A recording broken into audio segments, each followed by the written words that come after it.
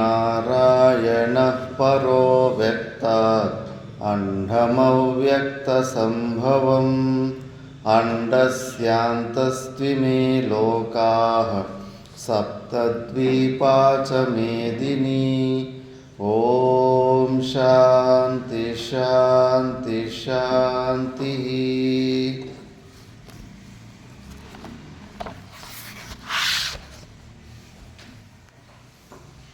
ॐ श्री परमात्मने नमः।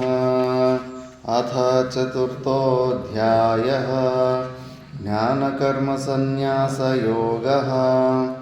श्रीभगवानुवाच इमं विवस्वते योगं प्रोक्तवानहमव्ययं विवस्वान्मनवे प्राह मनुरिक्ष्वाकवे ब्रवीत्।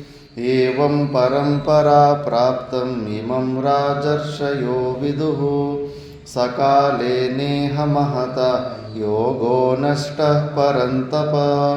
स एवायं मया तेद्य योगः प्रोक्तः पुरातनः। भक्तोऽसि मे सखा चेति रहस्यं ह्येतदुत्तमम्। अपरं भवतो जन्म परं जन्म विवस्वतः। कथमेतद्विजानीय त्वमादौ प्रोक्तवानिति। श्रीभगवानुवाच बहूनि मे व्यतीतानि जन्मानि तव चार्जुन। तान्यहं वेद सर्वाणि न त्वं वेत्थ परन्तप। अजोऽपि सन्नव्ययात्मा भूतानामीश्वरोऽपि सन्। प्रकृतिं स्वामधिष्ठाय सम्भवाम्यात्ममायया। हि धर्मस्य ग्लानिर्भवति भारत। अभ्युत्थानमधर्मस्य तदात्मानं सृजाम्यहम्। परित्राणाय साधूनां विनाशाय च दुष्कृतां। धर्म संस्थापनार्थाय सम्भवामि युगे युगे। जन्म कर्म च मे दिव्यम् एवं यो वेत्ति तत्त्वतः। त्यक्त्वा देहं पुनर्जन्म नैति मामेति सोऽर्जुन। वीतरागभयक्रोधा मन्मया मामुपाश्रिताः। बहवो ज्ञानतपसा पूता मद्भावमागताः। ये यथा मां प्रपद्यन्ते तांस्तथैव भजाम्यहम्। मम वर्त्मानुवर्तन्ते मनुष्याः पार्थ सर्वशः।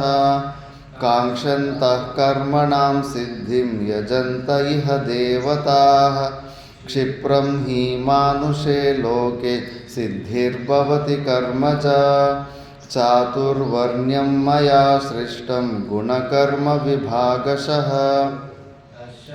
तारमपि मां विद्य कर्तारमव्ययं।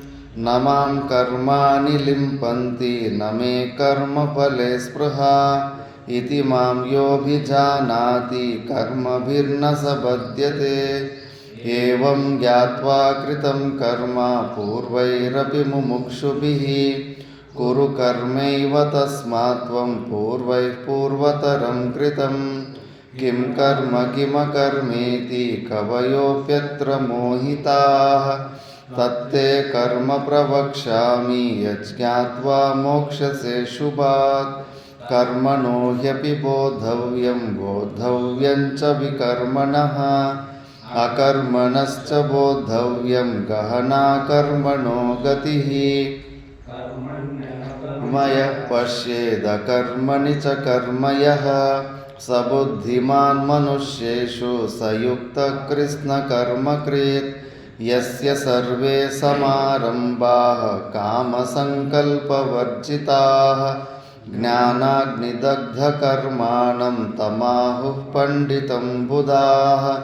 त्यक्त्वा कर्मफलासङ्गं नित्यतृप्तो निराश्रयः। कर्मण्यभिप्रवृत्तोऽपि नैव किञ्चित् करोति सः। निराशीर्यतचित्तात्मा त्यक्तसर्वपरिग्रहः। शारीरं केवलं कर्म कुर्वन्नाप्नोति किल्बिषम्। ಯದೃಚ್ಛಾಲಾಭಸಂತುಷ್ಟೋ ದ್ವಂದ್ವಾತೀತೋ ವಿಮತ್ಸರಃ ಸಮಸಿದ್ಧಾವಸಿದ್ಧೌ ಚ ಕೃತ್ವಾಪಿ ನ ನಿಬಧ್ಯತೆ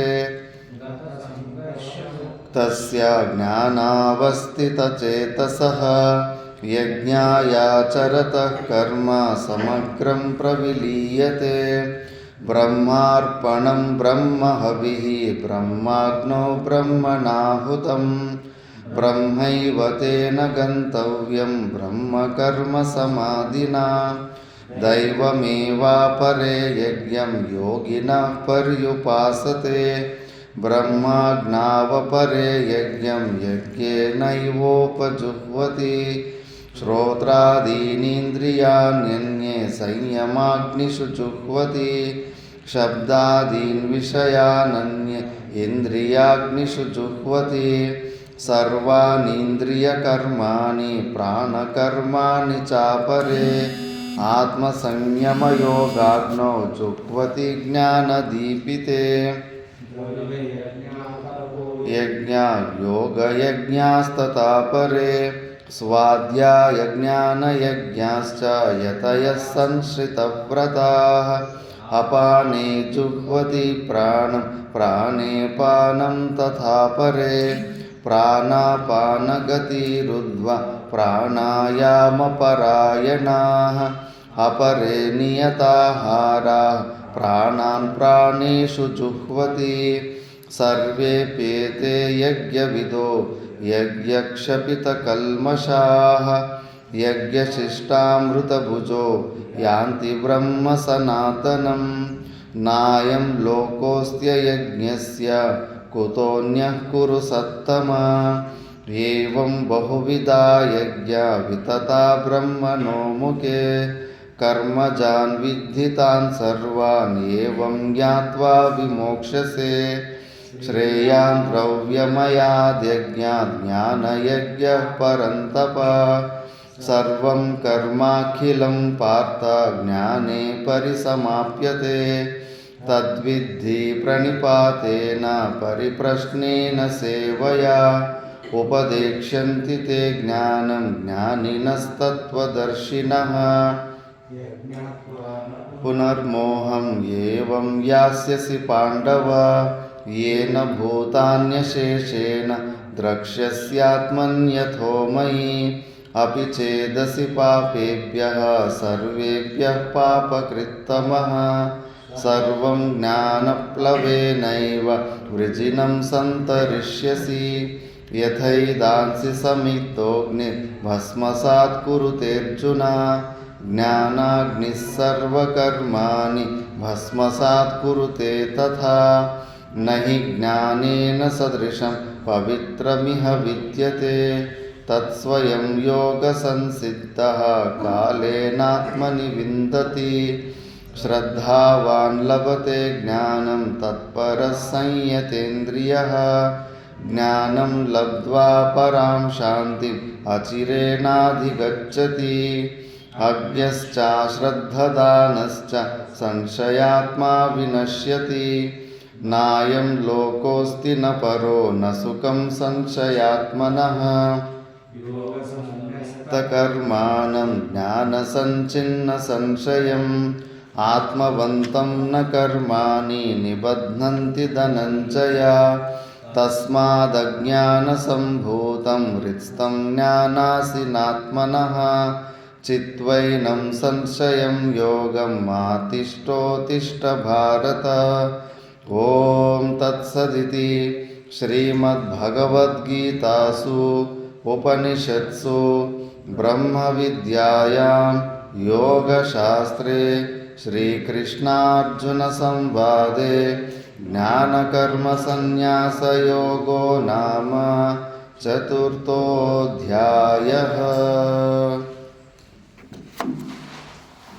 ನಾವು ಶ್ರೀಮದ್ ಭಗವದ್ಗೀತೆಯ 4ನೇ ಅಧ್ಯಾಯ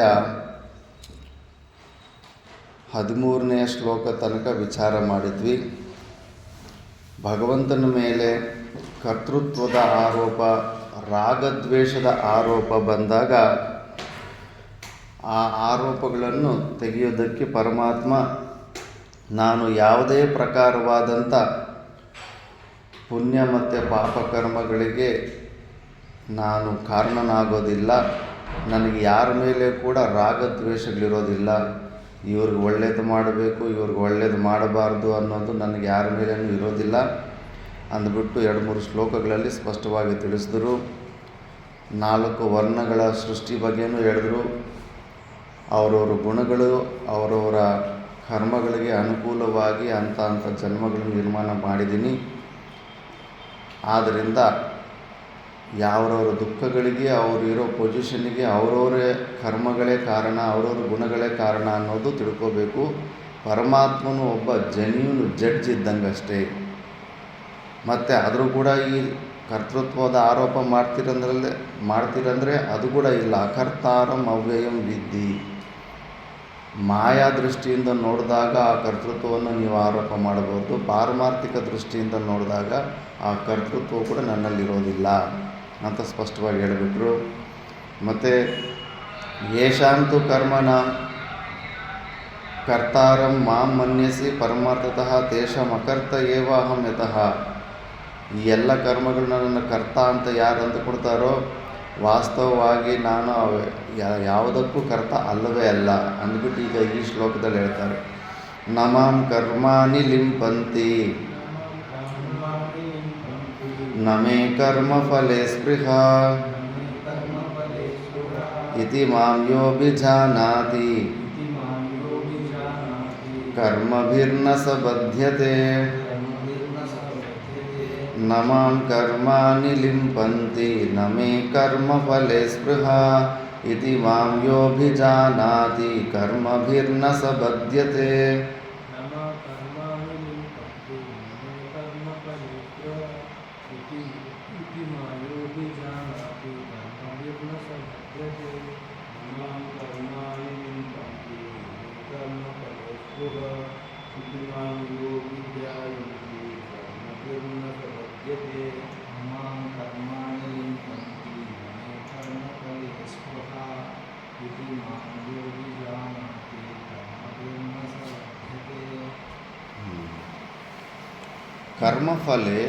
ಕರ್ಮಫಲದಲ್ಲಿ ಮೇ ಸ್ಪೃಹ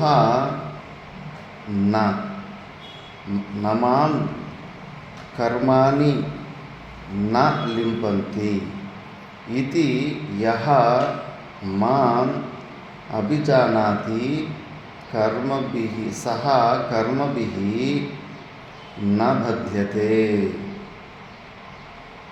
ನಮಾಂ ಕರ್ಮಾಣಿ ಲಿಂಪಂತಿ. ಕರ್ಮಫಲದಲ್ಲಿ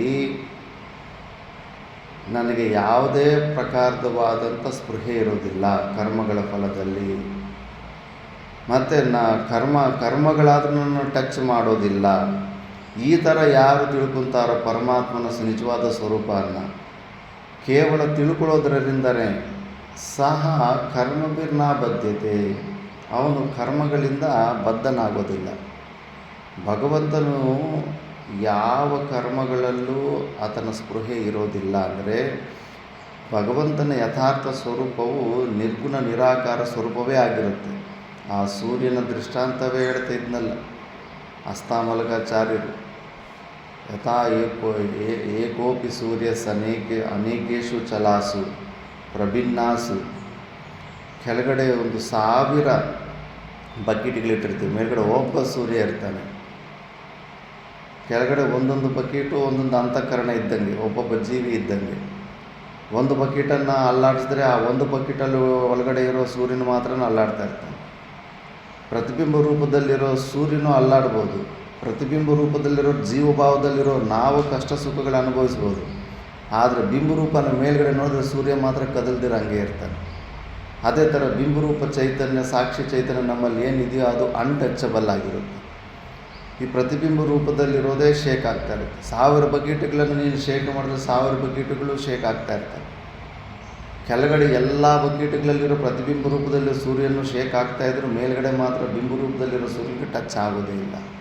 ಇದೇ ಥರ ಪರಮಾತ್ಮನು ನಿರ್ಗುಣ ನಿರಾಕಾರ ಸ್ವರೂಪನಾದ ಪರಮಾತ್ಮನು ಅನೇಕ ಜೀವಭಾವಗಳಲ್ಲಿ ಅಂತಃಕರಣಗಳಲ್ಲಿ ಏನು ಜೀವಿಗಳೆಲ್ಲ ಕಷ್ಟ ಸುಖಗಳು ಅನುಭವಿಸ್ತಾ ಇರ್ತಾರಲ್ಲ, ಈ ಯಾವ ಕಷ್ಟ ಸುಖಗಳಿಗೂ ಆತನಿಗೆ ಸಂಬಂಧವಿರೋದಿಲ್ಲ.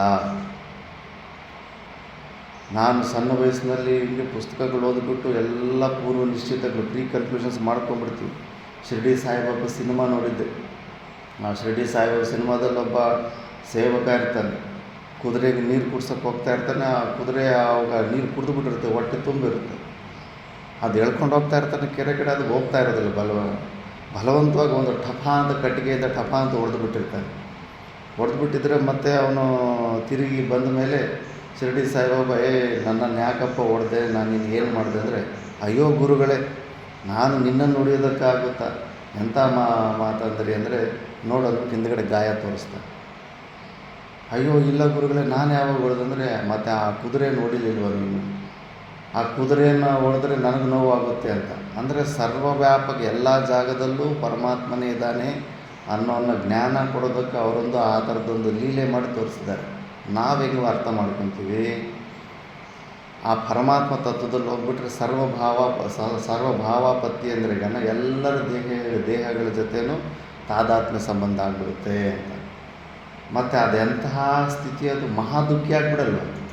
ಒಂದು ಶರೀರಕ್ಕೆ ಒಂದು ಏಟು ಹೊಡೆದ್ರೆ ತಡೆಯೋದಕ್ಕಾಗೋದಲ್ಲ, ಮತ್ತು 1000 ಜನ ದಬ ಅಂತ ಹೊಡಿತಾ ಇರ್ತಾರೆ. ಆ 1000 ಏಟುಗಳು ನಿನಗೆ ಬೀಳ್ತಾ ಇರುತ್ತಲ್ಲ, ಮಹಾ ದುಃಖಿ ಆಗಿಬಿಡ್ತಾನೆ ಅವನು. ಅಂಥ ಸ್ಥಿತಿಯನ್ನು ಕಷ್ಟಪಟ್ಟು ಧ್ಯಾನ ಜಪ ಮಾಡಿಕೊಂಡು ಅಂಥ ದರಿದ್ರ ಸ್ಥಿತಿನೂ ಹೊಂದಬೇಕಂತ ಯಾರಾದರೂ ಪ್ರಯತ್ನ ಮಾಡ್ತಾರೆ, ಮಹಾ ದುಃಖಿ ಆಗಿಬಿಡ್ತಾನೆ. ನಾನು ಅದು ಸ್ಟಾರ್ಟಿಂಗಲ್ಲಿ ಗುರುಗಳನ್ನ ಹಿಂಗೆ ವಿತಂಡವಾದ ಮಾಡ್ತಾಯಿದ್ದೆ, ಕುತರ್ಕ. ಸರ್ ಎಲ್ಲದು ಜ್ಞಾನಿ ಅಂದರೆ ಎಲ್ಲರ ಶರೀರಗಳಲ್ಲಿ ಇರೋ ಕಷ್ಟ ಸುಖಗಳು ಅವನಿಗೂ ಅನುಭವದಲ್ಲಿ ಇರಬೇಕು. ಯಾಕಂದರೆ ಎಲ್ಲರ ಆತ್ಮ ಆತನೇ ಆಗಿದ್ದಾನಲ್ಲ. ಈ ಥರ ಈ ಪ್ರಮಾಣದ ಶಿರ್ಡಿ ಸಾಯಿಬಾಬಾ ಚರಿತ್ರೆ ಅಂತ. ಮತ್ತು ನೀನೇ ವಿಚಾರ ನೋಡು, ಅಂಥದ್ದೊಂದು ಸ್ಥಿತಿ ಬಂದುಬಿಟ್ರೆ, ಎಲ್ಲ ಶರೀರಗಳ ಜೊತೆ ನೀನು ತಾದಾತ್ಮ್ಯ ಹೊಂದುಬಿಟ್ರೆ ಮಹಾ ದುಃಖಿ ಆಗಿಬಿಡ್ತೀಯ ನೀನು. ಅಂಥ ಪೋಸ್ಟಲ್ಲಿ ಹೊಂದಬೇಕಾದ್ರೆ ಯಾರಾದರೂ ಈ ಒಂದು ಶರೀರದಲ್ಲಿ ಬರೋ ದುಃಖಗಳನ್ನೇ ಒಂದು ಏಟನ್ನೇ ತಡೆಯೋದಕ್ಕಾಗೋದಿಲ್ಲ. ಅಷ್ಟು ಜನರ ದುಃಖಗಳನ್ನು ನೀನು ಅನುಭವಿಸೋದಕ್ಕಾಗುತ್ತಾ? ಇಲ್ಲ.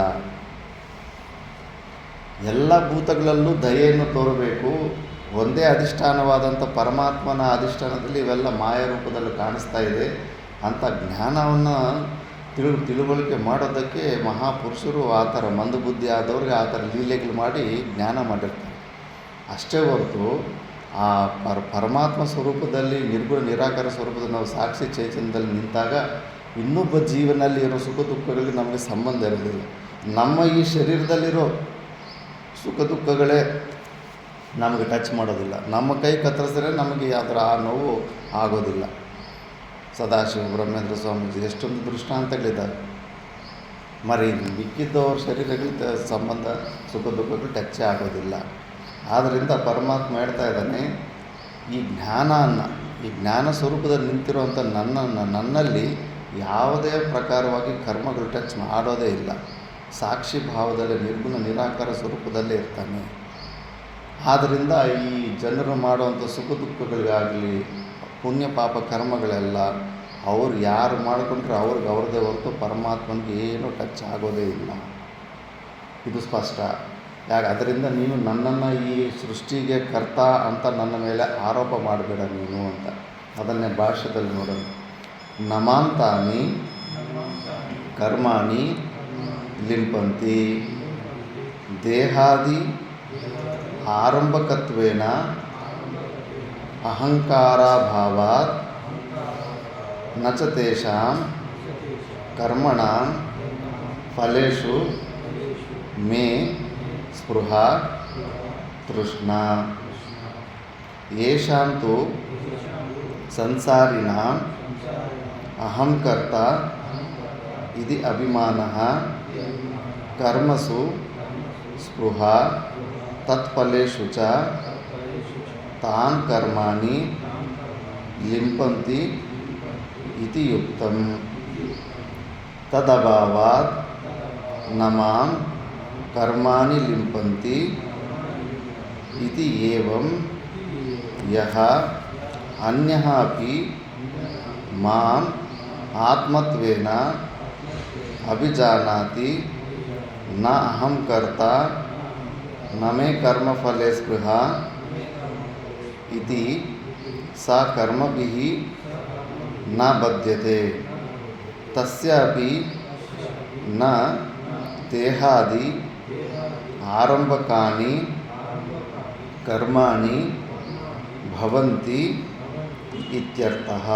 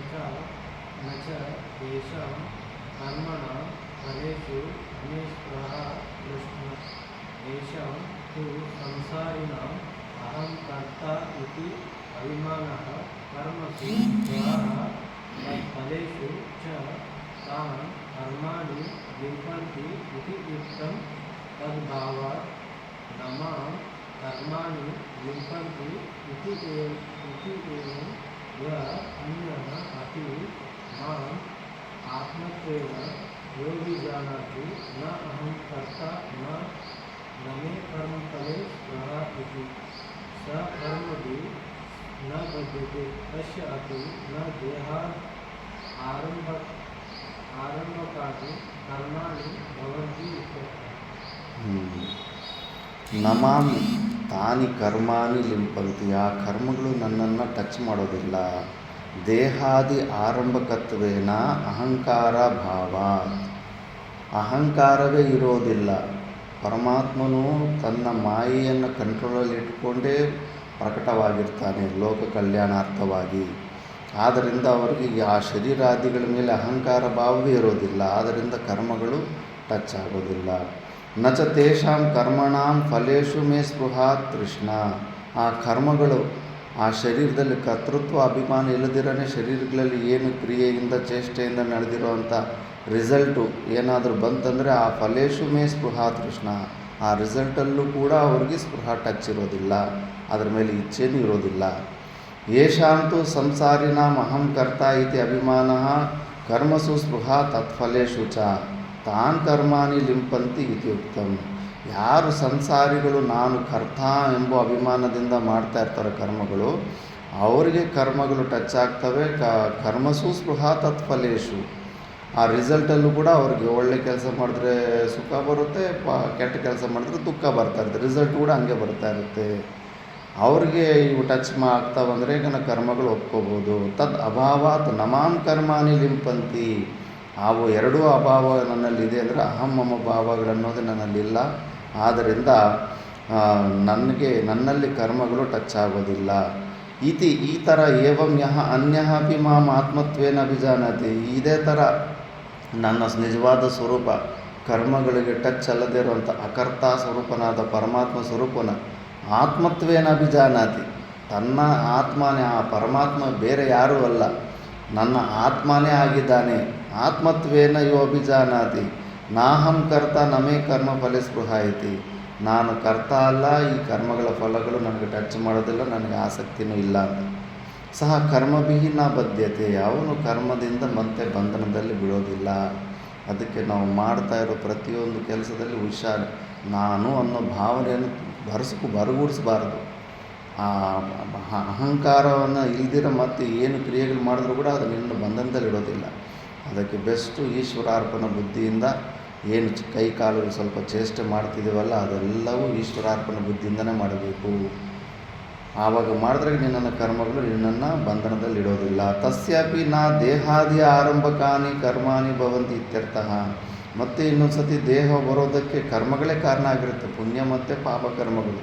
ಅಹಂಭಾವದಿಂದ ಮಾಡಿರುವಂಥ ಕರ್ಮಗಳೇ ನೆಕ್ಸ್ಟ್ ಶರೀರ ಬರೋದಕ್ಕೆ ಮೂಲ ಕಾರಣ. ನೀನು ಯಾವಾಗ ಕರ್ಮಗಳನ್ನೇ ಆ ಭಾವನೆಯಿಂದ ಅಹಂಕಾರ ಭಾವನೆಯನ್ನು ತೆಗೆದುಬಿಟ್ಟಿದೆ ಅಂದರೆ ಮತ್ತೆ ನಿನಗೆ ಅಂಕುರ ಆಗೋದಕ್ಕೆ ಇನ್ನೊಂದು ಸತಿ ಶರೀರ ಬರೋದಕ್ಕೆ ದಾರಿನೇ ಇಲ್ಲ. ಶರೀರಗಳು ಮತ್ತೆ ಇನ್ನೊಂದು ಸತಿ ಯಾಕೆ ಬರುತ್ತೆ ಅಂದರೆ ನಾನು ಈ ಶರೀರ ಅನ್ನೋ ಒಂದು ಅಜ್ಞಾನದಿಂದನೇ ಮತ್ತೆ ಶರೀರಗಳಿಗೆ ಬಂದುಬಿಡ್ತಾ ಇರ್ತೀವಿ. ಈ ಥರ ಉತ್ತರ ಕೊಡ್ತಾನೆ.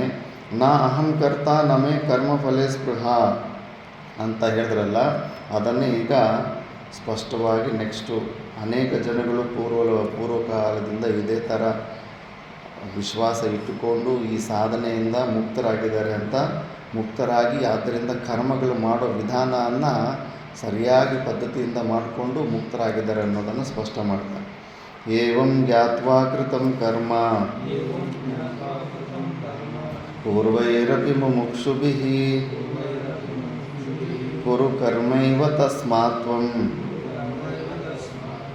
ಪೂರ್ವೈಃ ಪೂರ್ವತರಂ ಕೃತಂ. ಏವಂ ಜ್ಞಾತ್ವಾ ಕೃತಂ ಕರ್ಮ ಪೂರ್ವೈರಪಿ ಮುಮುಕ್ಷುಭಿಃ ಕುರು ಕರ್ಮೈವ ತಸ್ಮಾತ್ ತ್ವಂ ಪೂರ್ವೈಃ ಪೂರ್ವತರಂ ಕೃತಂ.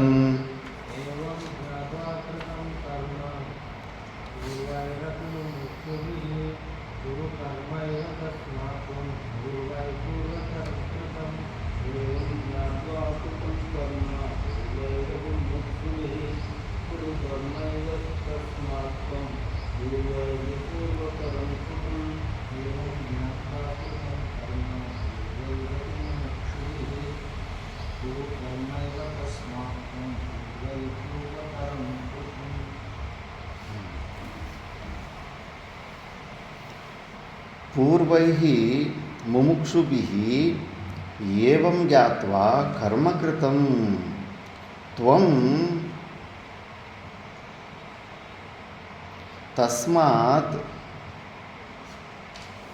ತಸ್ಮಾತ್ ಏವ ಕರ್ಮ ಕುರು. ತ್ವಂ ತಸ್ಮಾತ್ ಪೂರ್ವೈಃ ಪೂರ್ವತರಂ ಕೃತಂ ಏವ ಕರ್ಮ ಕುರು. ಪೂರ್ವದಲ್ಲಿ ಮುಮುಕ್ಷುಗಳಿಂದ ಇದೇ ಥರ ಕರ್ಮ ಮಾಡಿದ್ದಾರೆ. ಇದೇ ಪ್ರಪಂಚದಲ್ಲಿ ಯಾರು ತಿಳ್ಕೊಳ್ಳೋದಿರೋ ರಹಸ್ಯ ಏನಂದರೆ ಕರ್ಮಗಳನ್ನು ಮಾಡೋ ಪದ್ಧತಿ. ಸ್ವಾರ್ಥದಿಂದ ನನ್ನ ಹೆಂಡತಿ, ನನ್ನ ಮಕ್ಕಳು, ಇವ್ರ ಸಲುವಾಗಿ ನಾನು ಕಷ್ಟಪಡಬೇಕು, ಇವ್ರನ್ನೇ ಸಾಕಬೇಕು ಅನ್ನೋ ಒಂದು ಅಹಂಭಾವದಿಂದ, ಕರ್ತೃತ್ವ ಭಾವದಿಂದ ಮಾಡೋದರಿಂದ ಮತ್ತೆ ಮತ್ತೆ ಬಂಧನದಲ್ಲಿ ಸಿಕ್ಕಾಕೊಂಡ್ಬಿಡ್ತಾರೆ. ಅದೇ ಕೆಲಸವನ್ನೇ ಈಶ್ವರಾರ್ಪಣ ಬುದ್ಧಿಯಿಂದ ಜನಕ ಮಹಾರಾಜ ಕೂಡ ರಾಜ್ಯನ ಆಳ್ತಾ ಇದ್ದ, ಹೆಂಡತಿ ಮಕ್ಕಳು ಅವನು ಸಾಕ್ತಾ ಇದ್ದ. ಆತ ಹೆಂಗೆ ಜ್ಞಾನಿ ಆದ, ಮಿಕ್ಕಿದವರು ಯಾಕೆ ಜ್ಞಾನಿಗಳಾಗಲಿಲ್ಲ? ಏನಾಯಿತು? ಮಾಡೋ ಪರಿಶ್ರಮ ಇಬ್ಬರು ಸಮಾನವಾಗೇ ಮಾಡ್ತಾಯಿದ್ದಾರೆ. ಅದನ್ನು ಕೆಲಸ ಬೆಳಗ್ಗೆಯಿಂದ ಸಾಯಂಕಾಲ ತನಕ ಡ್ಯೂಟಿಗಳು, ರಾಜ್ಯ ಬಾಧ್ಯತೆ, ರೆಸ್ಪಾನ್ಸಿಬಿಲಿಟಿಗಳು ಅವು ಎಲ್ಲ ಮಾಡ್ತಾಯಿರ್ಬೇಕು. ಮಿಕ್ಕಿದವರು ಮಾಡ್ತಾಯಿದ್ದಾರೆ.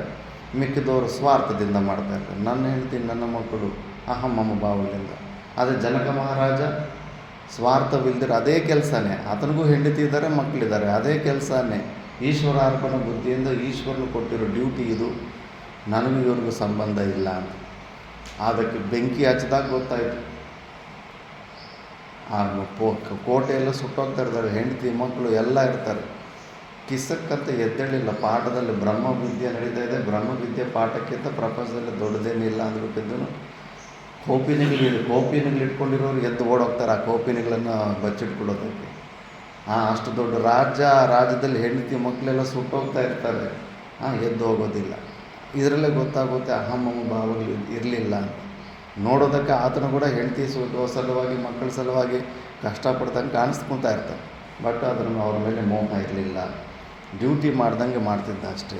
ಯಾವುದೋ ಸಿನಿಮಾದಲ್ಲಿ ಒಂದು ರೋಲ್ ಕೊಟ್ಟಿದ್ದಾರೆ, ಆ್ಯಕ್ಟ್ ಮಾಡು, ರಾಜನ ಆ್ಯಕ್ಟ್ ಕೊಟ್ಟಿದ್ದಾರೆ ಅಂತ ಆ್ಯಕ್ಟಿಂಗ್ ಥರ ಅದು ನಡೆಸ್ತಾ ಇದ್ದ. ಆ ಥರ ಕರ್ಮಗಳನ್ನು ಮಾಡಬೇಕು ಅಂತ ಶಾಸ್ತ್ರಗಳು ನಮ್ಮ ಸನಾತನ ಧರ್ಮದಲ್ಲಿ ಹೇಳಿದ್ದಾರೆ. ಯಾರು ಮಾಡ್ತಾಯಿದ್ದಾರೆ? ಎಲ್ಲಿ ಮಾಡ್ತಾಯಿದ್ದಾರೆ? ಆಶ್ರಮಗಳಲ್ಲಿ ಕೂಡ ಈ ಸನ್ಯಾಸ ತಗೊಂಡಿರೋರು ಕೂಡ ಈ ಥರ ಮಾಡೋಕ್ಕಾಗ್ತಾಯಿಲ್ಲ. ನನ್ನ ಆಶ್ರಮ ನಂದು, ಅಲ್ಲಿ ಕೂಡ ಸ್ವಾರ್ಥ. ಪಕ್ಕದ ಆಶ್ರಮದವನು ಬರಬಾರ್ದು. ನಮ್ಮ ಗೋಶಾಲೆಯಲ್ಲಿರೋ ಹುಲ್ಲನ್ನು ಪಕ್ಕದ ಆಶ್ರಮದವರು ಆ ಹಸು ಬಂದು ತಿನ್ನಬಾರ್ದು. ಸ್ವಾರ್ಥ ಬೌಂಡ್ರಿಗಳು ನಮ್ಮ ಕಾಂಪೌಂಡ್ಗಳು ನಾವೇ ಕಟ್ಕೊತಾ ಇದ್ದೀವಿ. ಪರಿಚಿನ್ನ ಬುದ್ಧಿ. ಭಗವಂತ ಅಪರಿಚಿನ್ನವನ್ನು ಮಾಡಿ ಸರ್ವವ್ಯಾಪಕವಾದ ತತ್ವದಲ್ಲೇ ತಗೋಬೇಕಾದ ಪುರುಷರು, ಮಹಾಪುರುಷರು ಶಾಸ್ತ್ರ ಪ್ರಯತ್ನ ಮಾಡ್ತಾಯಿದ್ರೆ ನಮಗೆ ನಾವು ಎಲ್ಲಿ ಹೋದರೂ ಬೌಂಡ್ರಿಗಳು ಫಿಕ್ಸ್ ಮಾಡ್ಕೊಬಿಡ್ತೀವಿ. ನಮ್ಮ ಲಿಮಿಟೇಷನ್ಸ್ ನಾವೇ ಬಾರ್ಡರ್ಗಳು ಹಾಕ್ಕೊಂಡು ಇಷ್ಟೇ ನನ್ನ ವ್ಯಾಪಕತ್ವ, ಇದಕ್ಕಿಂತ ಬೇರೆ ಇರೋರೆಲ್ಲ ನಮ್ಮವ್ರು ಅಲ್ಲವೇ ಅಲ್ಲ, ನೀವು ಶತ್ರುಗಳು, ನೀವು ಬೇರೆ ದೇಶದವರು, ನಮ್ಮ ಪರಮಾತ್ಮಗೆ ಸಂಬಂಧಪಟ್ಟದವರೇ ಅಲ್ಲ. ಇನ್ನು ಎಲ್ಲಿ ಅದ್ವೈತ ಸಿದ್ಧಾಂತ ಅರ್ಥ ಆಗಿರುತ್ತೆ? ಅದ್ವೈತ ಸಿದ್ಧಾಂತ ಪ್ರಾಕ್ಟಿಕಲ್ ಆಗಿರಬೇಕು. ಯಾವ ಪ್ರಕಾರದಲ್ಲೂ ಕೂಡ ಅದು ಅಹಮಮ ಭಾವಗಳಿಗೆ ಅವಕಾಶ ಕೊಡಬಾರ್ದು. ಹೇಳಿದ್ನಲ್ಲ, ನಮ್ಮ ತಾತ ಗುರುಗಳ ಮಿತ್ರರು ಫಸ್ಟು ಇಬ್ಬರು ಕೃಷ್ಣಾನಂದ ಗಿರಿ ಮಹಾರಾಜು ಮತ್ತು ರಾಮಾನಂದ ಸರಸ್ವತಿ ನಮ್ಮ ತಾತಗಳು ಗುರುಗಳು ಇವರಿಬ್ಬರು ಕ್ಲೋಸ್ ಫ್ರೆಂಡ್ಸು. ಇಬ್ಬರು ಕುಂಭಮೇಳದಲ್ಲೇ ಅವ್ರ ಗುರುಗಳು ಅಭಯಾನಂದ ಸರಸ್ವತಿ ಅವಧೂತರು ಸಿಕ್ಕಿರೋದು. ಅವಧೂತರು ಇವರು ಯೋಗ್ಯವಾದ ಅಧಿಕಾರಿಗಳನ್ನು ಬಿಟ್ಟಿದ್ದನ್ನು ಇಬ್ಬರಿಗೂ ಅಲ್ಲೇ ದೀಕ್ಷೆ ಕೊಟ್ಬಿಡ್ತಾರೆ ಕುಂಭಮೇಳದಲ್ಲಿ. ಮತ್ತು ಈ ಅದ್ಭುತವಾದಂಥ ಶಿಷ್ಯರು ಕೇಳ್ತಾರೆ, ಎಲ್ಲೆಲ್ಲಿ ಏನೇನು ಸಾಧನೆ ಮಾಡ್ತಿದ್ದೀರೋ ಅಂದ್ಬಿಟ್ಟು. ಇಲ್ಲಿ ನಾವು ಚಾತುರ್ಮಾಸದಲ್ಲಂತೂ ಮಧ್ಯಪ್ರದೇಶ ಓಂಕಾರೇಶ್ವರದಲ್ಲಿ ಅಲ್ಲಿ ಟೆಂಪ್ರವರಿ ಒಂದು ಗುಡಿಸಲು ಹಾಕ್ಕೊಂಡು ಅಲ್ಲಿ ಚಾತುರ್ಮಾಸ ಮಾಡಿಕೊಂಡು ಮತ್ತೆ ಬೇರೆ ಜಾಗಕ್ಕೆ ಹೋಗ್ತಿರ್ತೀವಿ ಅಂತ. ಹೌದಾ, ಓಂಕಾರೇಶ್ವರದಲ್ಲಿ ಈ ಸತಿ ಚಾತುರ್ಮಾಸ ನಾನು ಮಾಡ್ತೀನಿ, ನನಗೊಂದು ಗುಡಿಸಲು ರೆಡಿ ಮಾಡಿರಿ ಅಂತ. ಸರಿ ಅಂತ ಗುರುಗಳು ಬರ್ತಾರಲ್ಲ ಅಂದ್ಬಿಟ್ಟು ಗುರುಗಳು ಇಬ್ಬರು ಶಿಷ್ಯಂದರು ಅವ್ರು ಹೆಂಗೆ ಗುಡಿಸಲು ಹಾಕೊಳ್ಳೋದು, ಮತ್ತೆ ಹೋದಾಗ ಆ ಗುಡಿಸಲನ್ನು ಕಿತ್ತುಬಿಟ್ಟು ಬೆಂಕಿ ಹಾಕ್ಬಿಟ್ಟು ಹೋಗ್ಬಿಡ್ತಾಯಿತ್ತು.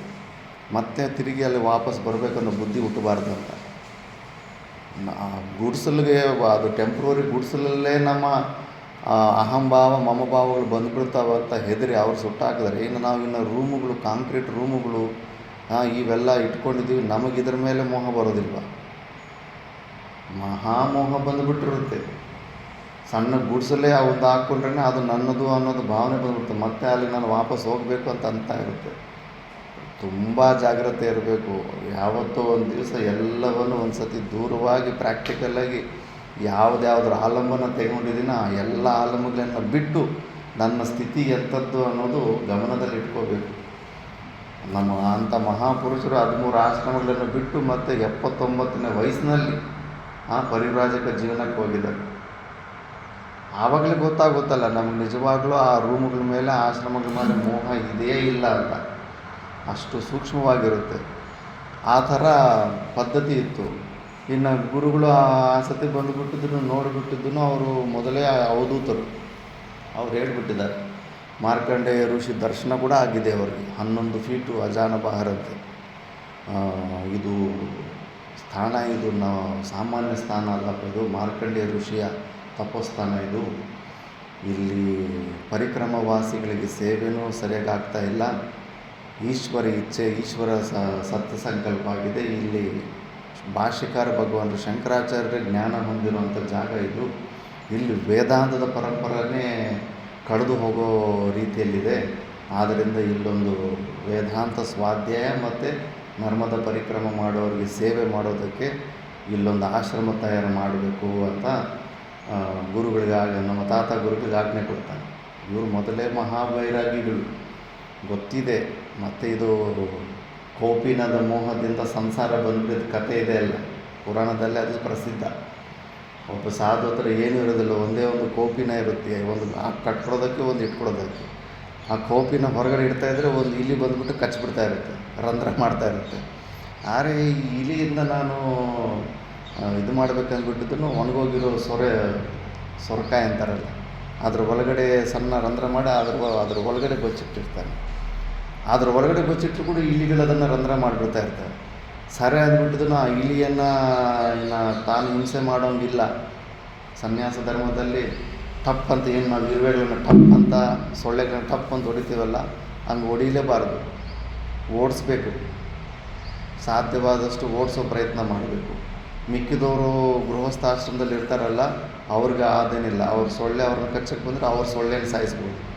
ಹಸು ಅವ್ರನ್ನ ಗುಮ್ಮೋದಕ್ಕೆ ಬಂದರೆ ಅವರು ಹಸುವನ್ನು ಸಾಯಿಸ್ಬೋದು. ಗೋ ಹತ್ಯೆ ಕೂಡ ಅವ್ರಿಗೆ ಪಾಪ ಆಗೋದಿಲ್ಲ. ಯಾವುದಾದ್ರೂ ಜೀವಿ ನಮ್ಮನ್ನು ಅಟ್ಯಾಕ್ ಮಾಡೋಕ್ಕೆ ಬಂದಾಗ ಅದನ್ನು ನಾವು ಸಾಯಿಸ್ಬೋದು. ಬಟ್ ಸನ್ಯಾಸಿಗಂಗಿಲ್ಲ, ಅಭಯ ಪ್ರದಾನ, ಪ್ರಾಣ ಹಿಂಸೆ ಜೀವ ಹಿಂಸೆ ಮಾಡೋಂಗೇ ಇಲ್ಲ, ಪ್ರಾಮಿಸ್ ಮಾಡಿಬಿಟ್ಟಿರ್ತಾರೆ. ಆದ್ದರಿಂದ ಈಗ ಇಲಿಯನ್ನು ಸಾಯಿಸೋಂಗಿಲ್ಲ, ಟಿಮೆಟ್ಟು ಅಂತ ವಿಷ ಇಟ್ಟು ಸಾಯಿಸೋಂಗಿಲ್ಲ, ಪಾಪ ಬರುತ್ತೆ. ಆದ್ದರಿಂದ ಬೆಕ್ಕು ಸಾಕ್ಕೋಬೇಕು. ಬೆಕ್ಕು ಸಾಕ್ಕೊಂಡು ಅದು ಸುಮ್ಮನೆ ಇರುತ್ತಾ? ಇಲ್ಲ, ನಮ್ಮ ಆಶ್ರಮದ ಬೆಕ್ಕೆ ನೋಡ್ತೀವಲ್ಲ, ಸಾಯಂಕಾಲ ಆಯಿತು, ಪಾಠ ಏನು ಜಾಸ್ತಿ ಹೊತ್ತು ಎಳಿತಾ ಇದ್ದೀವಿ, ಅದಕ್ಕೆ ಊಟ ಹಸಿವಾಗೋ ಸಮಯ ಆಗಿದೆ ಅಂದರೆ ನಮ್ಮ ಪಾಠನೇ ಮಾಡಿಬಿಡಿಸೋದಿಲ್ಲ. ಬಂದು ಕಾಲ ಹತ್ರ ಉಜ್ಜುತ್ತಿ ಮ್ಯಾ ಅಂತ ಇರುತ್ತೆ. ಸಾಕು, ಮುಚ್ಚಿ ಪಾಠ ಮುಚ್ಚಿ ನನಗೆ ಊಟ ಆಗಿ ಬನ್ನಿ ಅಂತ. ಮತ್ತು ಅದು ಸುಮ್ಮನೆ ಇರುತ್ತಾ ಬೇಕು? ಅದು ಯೋಗಿಗೆ ಧ್ಯಾನ ಮಾಡೋಕ್ಕೆ ಗೊತ್ತಿಲ್ಲ, ಕೊಯ್ ಅಂತ ಕಿರಿಸ್ತಾ. ಯಾಕಂದರೆ ಅದಕ್ಕೆ ಹಾಲು ಬೇಕು, ಹಸಿವಾಗ್ತಾಯಿದೆ. ಮತ್ತು ಅದಕ್ಕೆ ಹಾಲು ಬೇಕಂದರೆ ಯಾರು ಸ್ವಲ್ಪ ದಿವಸ ಯಾರಾದರೂ ತೊಂದರೆ ಆಗ್ತಾರೆ, ಹಸುವನ್ನು ಒಂದು ಮೇಯಿಸ್ಕೋಬೇಕು. ಹಸುವನ್ನು ಮೇಯಿಸ್ಕೋಬೇಕು. ಇನ್ನು ಹಸುವನ್ನು ಒಂದು ಹಸು ಇದ್ದರೆ ಸಾಕು, ಸಣ್ಣ ಮಗು ಇದ್ದಂಗೆ ಇನ್ನು. ಅದು ಬಂದಾಗ ಅದು ಸಗಣಿ ಎತ್ತಾಕು, ಹುಲ್ಲು ಕೊಯ್ಕೊಂಬ, ಇದು ನೋಡು ಅದು ನೋಡು, ಇನ್ನು ಧ್ಯಾನ ಜಪ ಎಲ್ಲ ಏನು ಮಾಡೋಕ್ಕಾಗ್ತಾಯಿಲ್ಲ. ಸರಿ ಅಂತ ಒಂದು ಹೆಣ್ಣು ಮಗಳನ್ನು ಸೇವೆಗೆ ಇಟ್ಕೊತಾನೆ, ಹಸು ಸೇವೆ ಮಾಡೋದಕ್ಕೆ. ಆ ಹಸು ಸೇವೆ ಫಸ್ಟ್ ಯಾರೊಬ್ಬ ದಾಸನ್ನೇ ಇಟ್ಕೊತಾನೆ. ಆ ದಾಸನ ಅವನೇನೋ ಹಸುಗೆ ಸೇವೆ ಮಾಡ್ತಾನೆ, ಅವನು ಊಟ ಮಾಡಾಕಬೇಕಲ್ಲ, ಅವ್ನಿಗೆ ಯಾರು ಊಟ ಮಾಡಾಕ್ತಾರೆ. ಸರಿ ಅಂತ ಊಟ ಮಾಡೋಕ್ಕೆ ಒಂದು ಹೆಣ್ಣು ಮಗುವನ್ನು ಅಲ್ಲಿ ಇಟ್ಕೊಂಡ್ರೆ, ನಾನು ವಯಸ್ಸು ಪ್ರಾಯ ವಯಸ್ಸಿಗೆ ಬಂದಿರೋದು, ನಾನು ಮದುವೆ ಆಗೋ ವಯಸ್ಸು ಬಂದಿದೆ, ನಾನು ಮದುವೆ ಸಂಬಂಧಗಳು ಮನೇಲಿ ಹುಡುಕ್ತಾ ಇದ್ದಾರೆ, ನೀವು ಬೇರೆ ಯಾರನ್ನಾದ್ರೂ ಅಡುಗೆ ಮಾಡೋದು ಹುಡುಕ್ಕೊಡಿ ಅಂದಾಗ, ಅಯ್ಯೋ ಇನ್ನು ಈಗ ಹೊರ್ಟೋಗ್ಬಿಟ್ರೆ ನಾನು ಮತ್ತೆ ಈ ಕೆಲಸದವನಿಗೆ ಅಡುಗೆ ಮಾಡೋದಕ್ಕೆ ಮತ್ತೆ ನನಗೆ ಧ್ಯಾನ ಜಪ ಮಾಡೋಕ್ಕಾಗಲ್ಲ ಅಂದ್ಬಿಟ್ಟಿದ್ದೀನಿ. ಸರಿ ಬಿಡು, ನಾನೇ ನಿನ್ನನ್ನು ಮದುವೆ ಮಾಡ್ಕೊತೀನಿ ಅಂತ ಆಕೆನ ಮದುವೆ ಮಾಡ್ಕೊಂಡ್ಬಿಡ್ತೀನಿ. ಒಂದು ಕೌಪೀನದ ಮೇಲೆ ಇರೋ ಮೋಹದಿಂದ ಸಂಸಾರ ಬಂತಾ ಇಲ್ಲ ಮತ್ತು ವಾಪಸ್ ಒಂದಕ್ಕೊಂದು ಬೆಳೆದುಕೊಂತ ಹೋಗ್ತಾ ಇರ್ತಾವೆ. ಅದು ಈ ಪುರಾಣ ಇದು ಪ್ರಸಿದ್ಧವಾಗಿರುತ್ತೆ. ಅದಕ್ಕೆ ನಮ್ಮ ಗುರುಗಳು ತಾತ ಗುರುಗಳು ಆಶ್ರಮ ಗೀಶ್ರಮ ನನ್ನ ಕೈಯಲ್ಲಿ ಆಗೋದಿಲ್ಲ ಅದು ಬಿಟ್ಟು ಸ್ಪಷ್ಟವಾಗಿ, ಇಲ್ಲ ನನ್ನ ಕೈಯಲ್ಲಿ ಆಗಲ್ಲ ಅಂತ. ಇಲ್ಲ, ನೀವು ಆಶ್ರಮ ಮಾಡಲೇಬೇಕು ಇಲ್ಲಿ ಅಂತ. ಆ ಪಕ್ಕದಲ್ಲಿದ್ದ ಕೃಷ್ಣಾನಂದಗಿರಿ ಸುಮ್ಮನೆ ಇಲ್ದರೆ, ಗುರುಗಳ ಆಜ್ಞೆಯನ್ನು ನೀನು ನಿರಾಕರಣೆ ಮಾಡ್ತಿದ್ದೆ, ನೀನು ಏನಾಗುತ್ತೆ, ನಾನು ಇದೀನಲ್ಲ, ನಿನಗೆ ಯಾಕೆ ಅಂದ್ಬಿಟ್ಟಿದ್ದನ್ನು ಒಪ್ಪಿಸ್ಬಿಡ್ತಾನಂತ. ಒಪ್ಪಿಸ್ಬಿಟ್ರೆ ಪ್ರತಿ ಒಂದು 4-5 ವರ್ಷದಿಂದ ಅಲ್ಲಿ ಚಾತುರ್ಮಾಸ ಮಾಡ್ತಾಯಿದ್ದಾರೆ. ಅಲ್ಲೊಂದು ರಾಗಿ ಗಿಡ ಈಗ ದೊಡ್ಡದಾಗ್ಬಿಟ್ಟಿದೆ. ಅದು ಫಸ್ಟು ಸಣ್ಣ ಗಿಡ ಇತ್ತಂತೆ, ಕಾಡಲ್ಲಿ ತಾನಾಗಿ ಬೆಳೆದಿರೋ ರಾಗಿ ಗಿಡ, ರಾಗಿ ಚೆಟ್ಟು. ಅದು ಮೇಕೆಗಳು ಬಂದುಬಿಟ್ಟು ಅಲ್ಲಿ ಮೇಕೆ ಕುರಿಗಳು ಮೇಯಿಸೋರಿರ್ತಾರೆ, ಮೇಕೆಗಳು ಬಂದುಬಿಟ್ಟು ತಿಂದು ಹೋಗ್ತಾಯಿದ್ರೆ ಇವ್ರಿಗೇನು ಸಂಬಂಧನೇ ಇಲ್ಲ. ಯಾಕಂದರೆ ಇವ್ರು ಟೆಂಪರವರಿಗೆ ಗುಡ್ಸ್ ಹಾಕ್ಕೊಂಡು ನಮಗೂ ಇದಕ್ಕೆ ಸಂಬಂಧ ಇಲ್ಲ ಅಂತ ಸ್ವಲ್ಪ 2 ತಿಂಗಿತ್ತು ಹೊರ್ಟೋಗ್ತಾಯಿದ್ರು.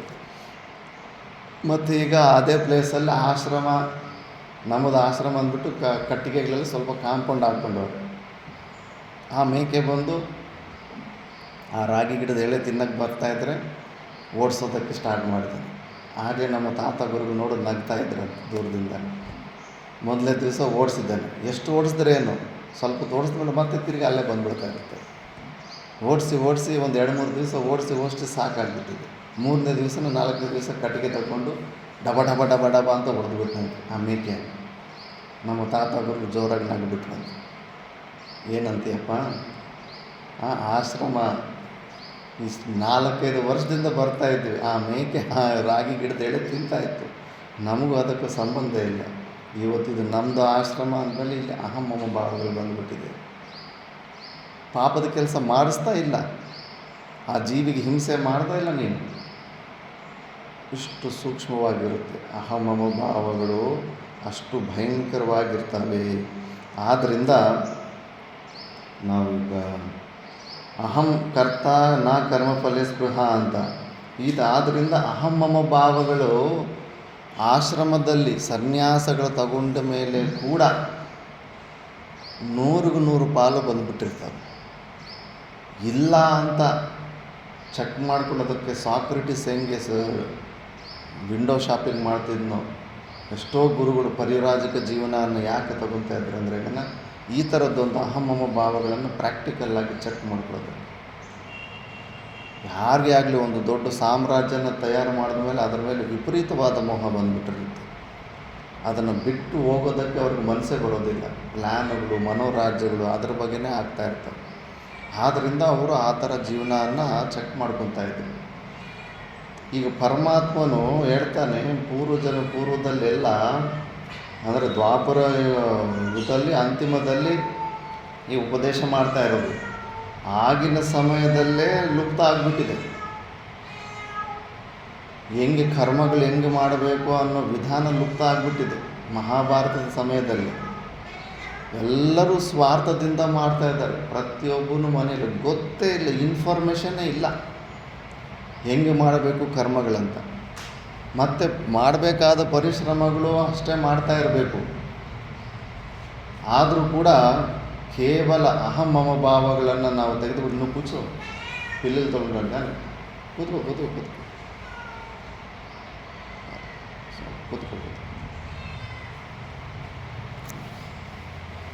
ಅಹಂ ಮಮ ಭಾವಗಳು ತುಂಬ ಡೇಂಜರ್ ಆಗಿರುತ್ತೆ. ಅದನ್ನೀಗ ನೆಕ್ಸ್ಟ್ ಶ್ಲೋಕದಲ್ಲಿ, ಈ ಶ್ಲೋಕದಲ್ಲಿ ಏವಂ ಜ್ಞಾತ್ವ ಪೂರ್ವೈಹಿ ಮುಮುಕ್ಷುಭಿಹಿ, ಎಲ್ಲ ಸತ್ಯವನ್ನು ತಿಳ್ಕೊಂಡು ಕರ್ಮಗಳನ್ನು ಅಹಂ ಮಮ ಭಾವಗಳಿಂದ ಮಾಡಿದ್ರೆ ನಾವು ಬಂಧನದಲ್ಲಿ ಸಿಕ್ಕಾಕ್ಕೊಂಡ್ಬಿಡ್ತೀವಿ ಅಂತ ತಿಳ್ಕೊಂಡು ನಿಷ್ಕಾಮ ಭಾವನೆಯಿಂದ ಈಶ್ವರಾರ್ಪಣ ಬುದ್ಧಿಯಿಂದ ಕರ್ಮಗಳು ಮಾಡಿದ್ದಾರೆ. ಅದಕ್ಕೆ ನೀನು ಕೂಡ ತ್ವಂ ಪೂರ್ವೈಹಿ ಪೂರ್ವತರಂ ಕೃತಂ, ಆ ಪೂರ್ವಜರು ಎಲ್ಲ ಜನಕಾದಿ ಮಹಾರಾಜರು ಯಾವ ಥರ ಮಾಡಿದಾರೋ ಅದೇ ಥರನೇ ನೀನು ಕರ್ಮಗಳನ್ನು ಮಾಡು. ಅವರು ಹೇಗೆ ಮಾಡಿದ್ದಾರೆ, ಅಹಂ ಮಮ ಭಾವಗಳನ್ನು ಬಿಟ್ಟು ಈಶ್ವರಾರ್ಪಣ ಬುದ್ಧಿಯಿಂದ ಮಾಡಿದ್ದಾರೆ. ಸ್ಟಾರ್ಟಿಂಗ್ ಸ್ಟೇಜಲ್ಲಿ ಅವರು ಅಜ್ಞಾನಿಗಳಾಗಿದ್ದಾಗ ಅಂತಃಕರಣ ಶುದ್ಧಿ ಸಲುವಾಗಿ ಮಾಡಿದ್ದಾರೆ. ಅವ್ರಿಗೆ ಅಂತಃಕರಣ ಶುದ್ಧಿ ಬಂದ ಮೇಲೆ ಲೋಕ ಸಂಗ್ರಹಕ್ಕಾಗಿ ಭಗವಂತನ ಸ್ವಯಂವಾಗಿ ಆ ಕೆಲಸ ಮಾಡಿ ತೋರಿಸ್ಕೊಡ್ತಾ ಇದ್ದೇನೆ. ನಿಮಗೇನಾದರೂ ಸಾಲ ಇದ್ದೀನಾ, ಈ ಪ್ರಪಂಚದಲ್ಲಿ ಯಾರಿಗಾದರೂ ಏನಾದರೂ ಋಣಿಯಾಗಿದ್ದೀನಾ? ಇಲ್ಲ. ಆದರೂ ಕೂಡ ನನಗೆ ಯಾವುದೇ ಕರ್ತವ್ಯ ಇಲ್ಲ ಅಂದರೂ ಕೂಡ ನಾನು ಮಾಡಿ ತೋರಿಸ್ತಾ ಇಲ್ವಾ?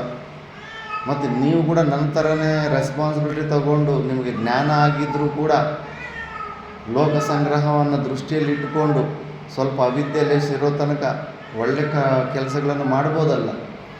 ಆ ಥರ ಮಾಡಿದ್ದಕ್ಕೆಲ್ಲ ಇವತ್ತು ನಿಮ್ಮ ಕೈಗೆ ಭಗವದ್ಗೀತೆ ಬಂದಿರೋದು. ಗುಹೆಯಲ್ಲಿ ಕೂತ್ಕೊಂಡು ಅವನು ಅಲ್ಲೇ ಕೆಲಸ ಆಗೋಗಿದೆ ಅಂದ್ಬಿಟ್ಟು ಅಲ್ಲಿಂದ ವಾಪಸ್ಸೇ ಬರೆದಿರೋ ಅಲ್ಲೇ ಕೂತ್ಕೊಂಡಿದ್ದರೆ ಇವತ್ತು ನಿಮಗೆ ಈ ಶಾಸ್ತ್ರ, ಈ ಪುಸ್ತಕಗಳೇನಾದರೂ ಸಿಗ್ತಾ ಇತ್ತಾ? ಆದ್ದರಿಂದ ಈ ಎರಡು ಪ್ರಕಾರದಲ್ಲ ದೃಷ್ಟಿಯಲ್ಲಿ ಇಟ್ಟುಕೊಂಡ್ರೆ ನೀನು ಕರ್ಮಗಳನ್ನು ಮಾಡೋದರಲ್ಲೇ ನಿನಗೆ ಶ್ರೇಯಸ್ಸಿದೆ ಹೊರತು ಬಿಡೋದರಲ್ಲಿ ನಿನಗೆ ತುಂಬ ಡೇಂಜರ್ ಇದೆ. ಅತ್ಯಂತ ವೈರಾಗ್ಯ ಯಾರಿಗಿದೆಯೋ ಅಂಥವನು ಬಿಟ್ಟರೆ ಅವನು ಏನೂ ಡೇಂಜರ್ ಇಲ್ಲ. ಬಟ್ ಅಂಥದ್ದೊಂದು ಸಾಧನ ಚತುಷ್ಟಯ ಸಂಪತ್ತಿ ಅಂಥ ವೈರಾಗ್ಯ ಇಲ್ಲದಿರ ನೀನು ಕರ್ಮಗಳನ್ನು ಬಿಡೋದಕ್ಕೆ ಹೋದರೆ ತುಂಬ ಡೇಂಜರ್ ಹೋಗ್ತೀಯ. ಅರ್ಜುನನಂತ ಅವನನ್ನೇ ಯು ಆರ್ ನಾಟ್ ಫಿಟ್ ಅಂತ ಹೇಳ್ಬಿಟ್ಟಿದ್ದಾರೆ. ಆದ್ದರಿಂದ ಈಗ ಭಾಷೆದಲ್ಲಿ ನೋಡೋಣ ಏನಂತ ಹೇಳ್ತಾರೆ. ಏವಂ ಜ್ಞಾತ್ವಾ ಕೃತಂ ಕರ್ಮ ಪೂರ್ವೈಹಿ ಅಪಿ ಅತಿಕ್ರಾಂತೈಹಿ ಮುಮುಕ್ಷುಭಿಹಿ ಕುರು ತೇನ ಕರ್ಮ ಏವ ತ್ವಂ ನ ತೂಷ್ಣೀಂ ಆಸನಂ ನ ಅಪಿ ಸನ್ಯಾಸಃ ಕರ್ತವ್ಯಃ. ತಸ್ಮಾತ್ ತ್ವಂ ಪೂರ್ವೈಹಿ ಅಪಿ ಅನುಷ್ಠಿತತ್ವಾತ್ ಯದಿ ಅನಾತ್ಮಜ್ಞಃ ತ್ವಂ ತದಾ ಆತ್ಮಶುದ್ಧ್ಯರ್ಥಂ ತತ್ವವಿತ್ ಚೇತ್ ಲೋಕಸಂಗ್ರಹಾರ್ಥಂ ಪೂರ್ವೈಹಿ ಜನಕಾದಿಭಿಃ ಪೂರ್ವತರಂ ಕೃತಂ ನ ಅಧುನಾತನ ಕೃತಂ ನಿರ್ವರ್ತಿತಂ. ಚೆನ್ನಾಗಿ ಮುಂದೆ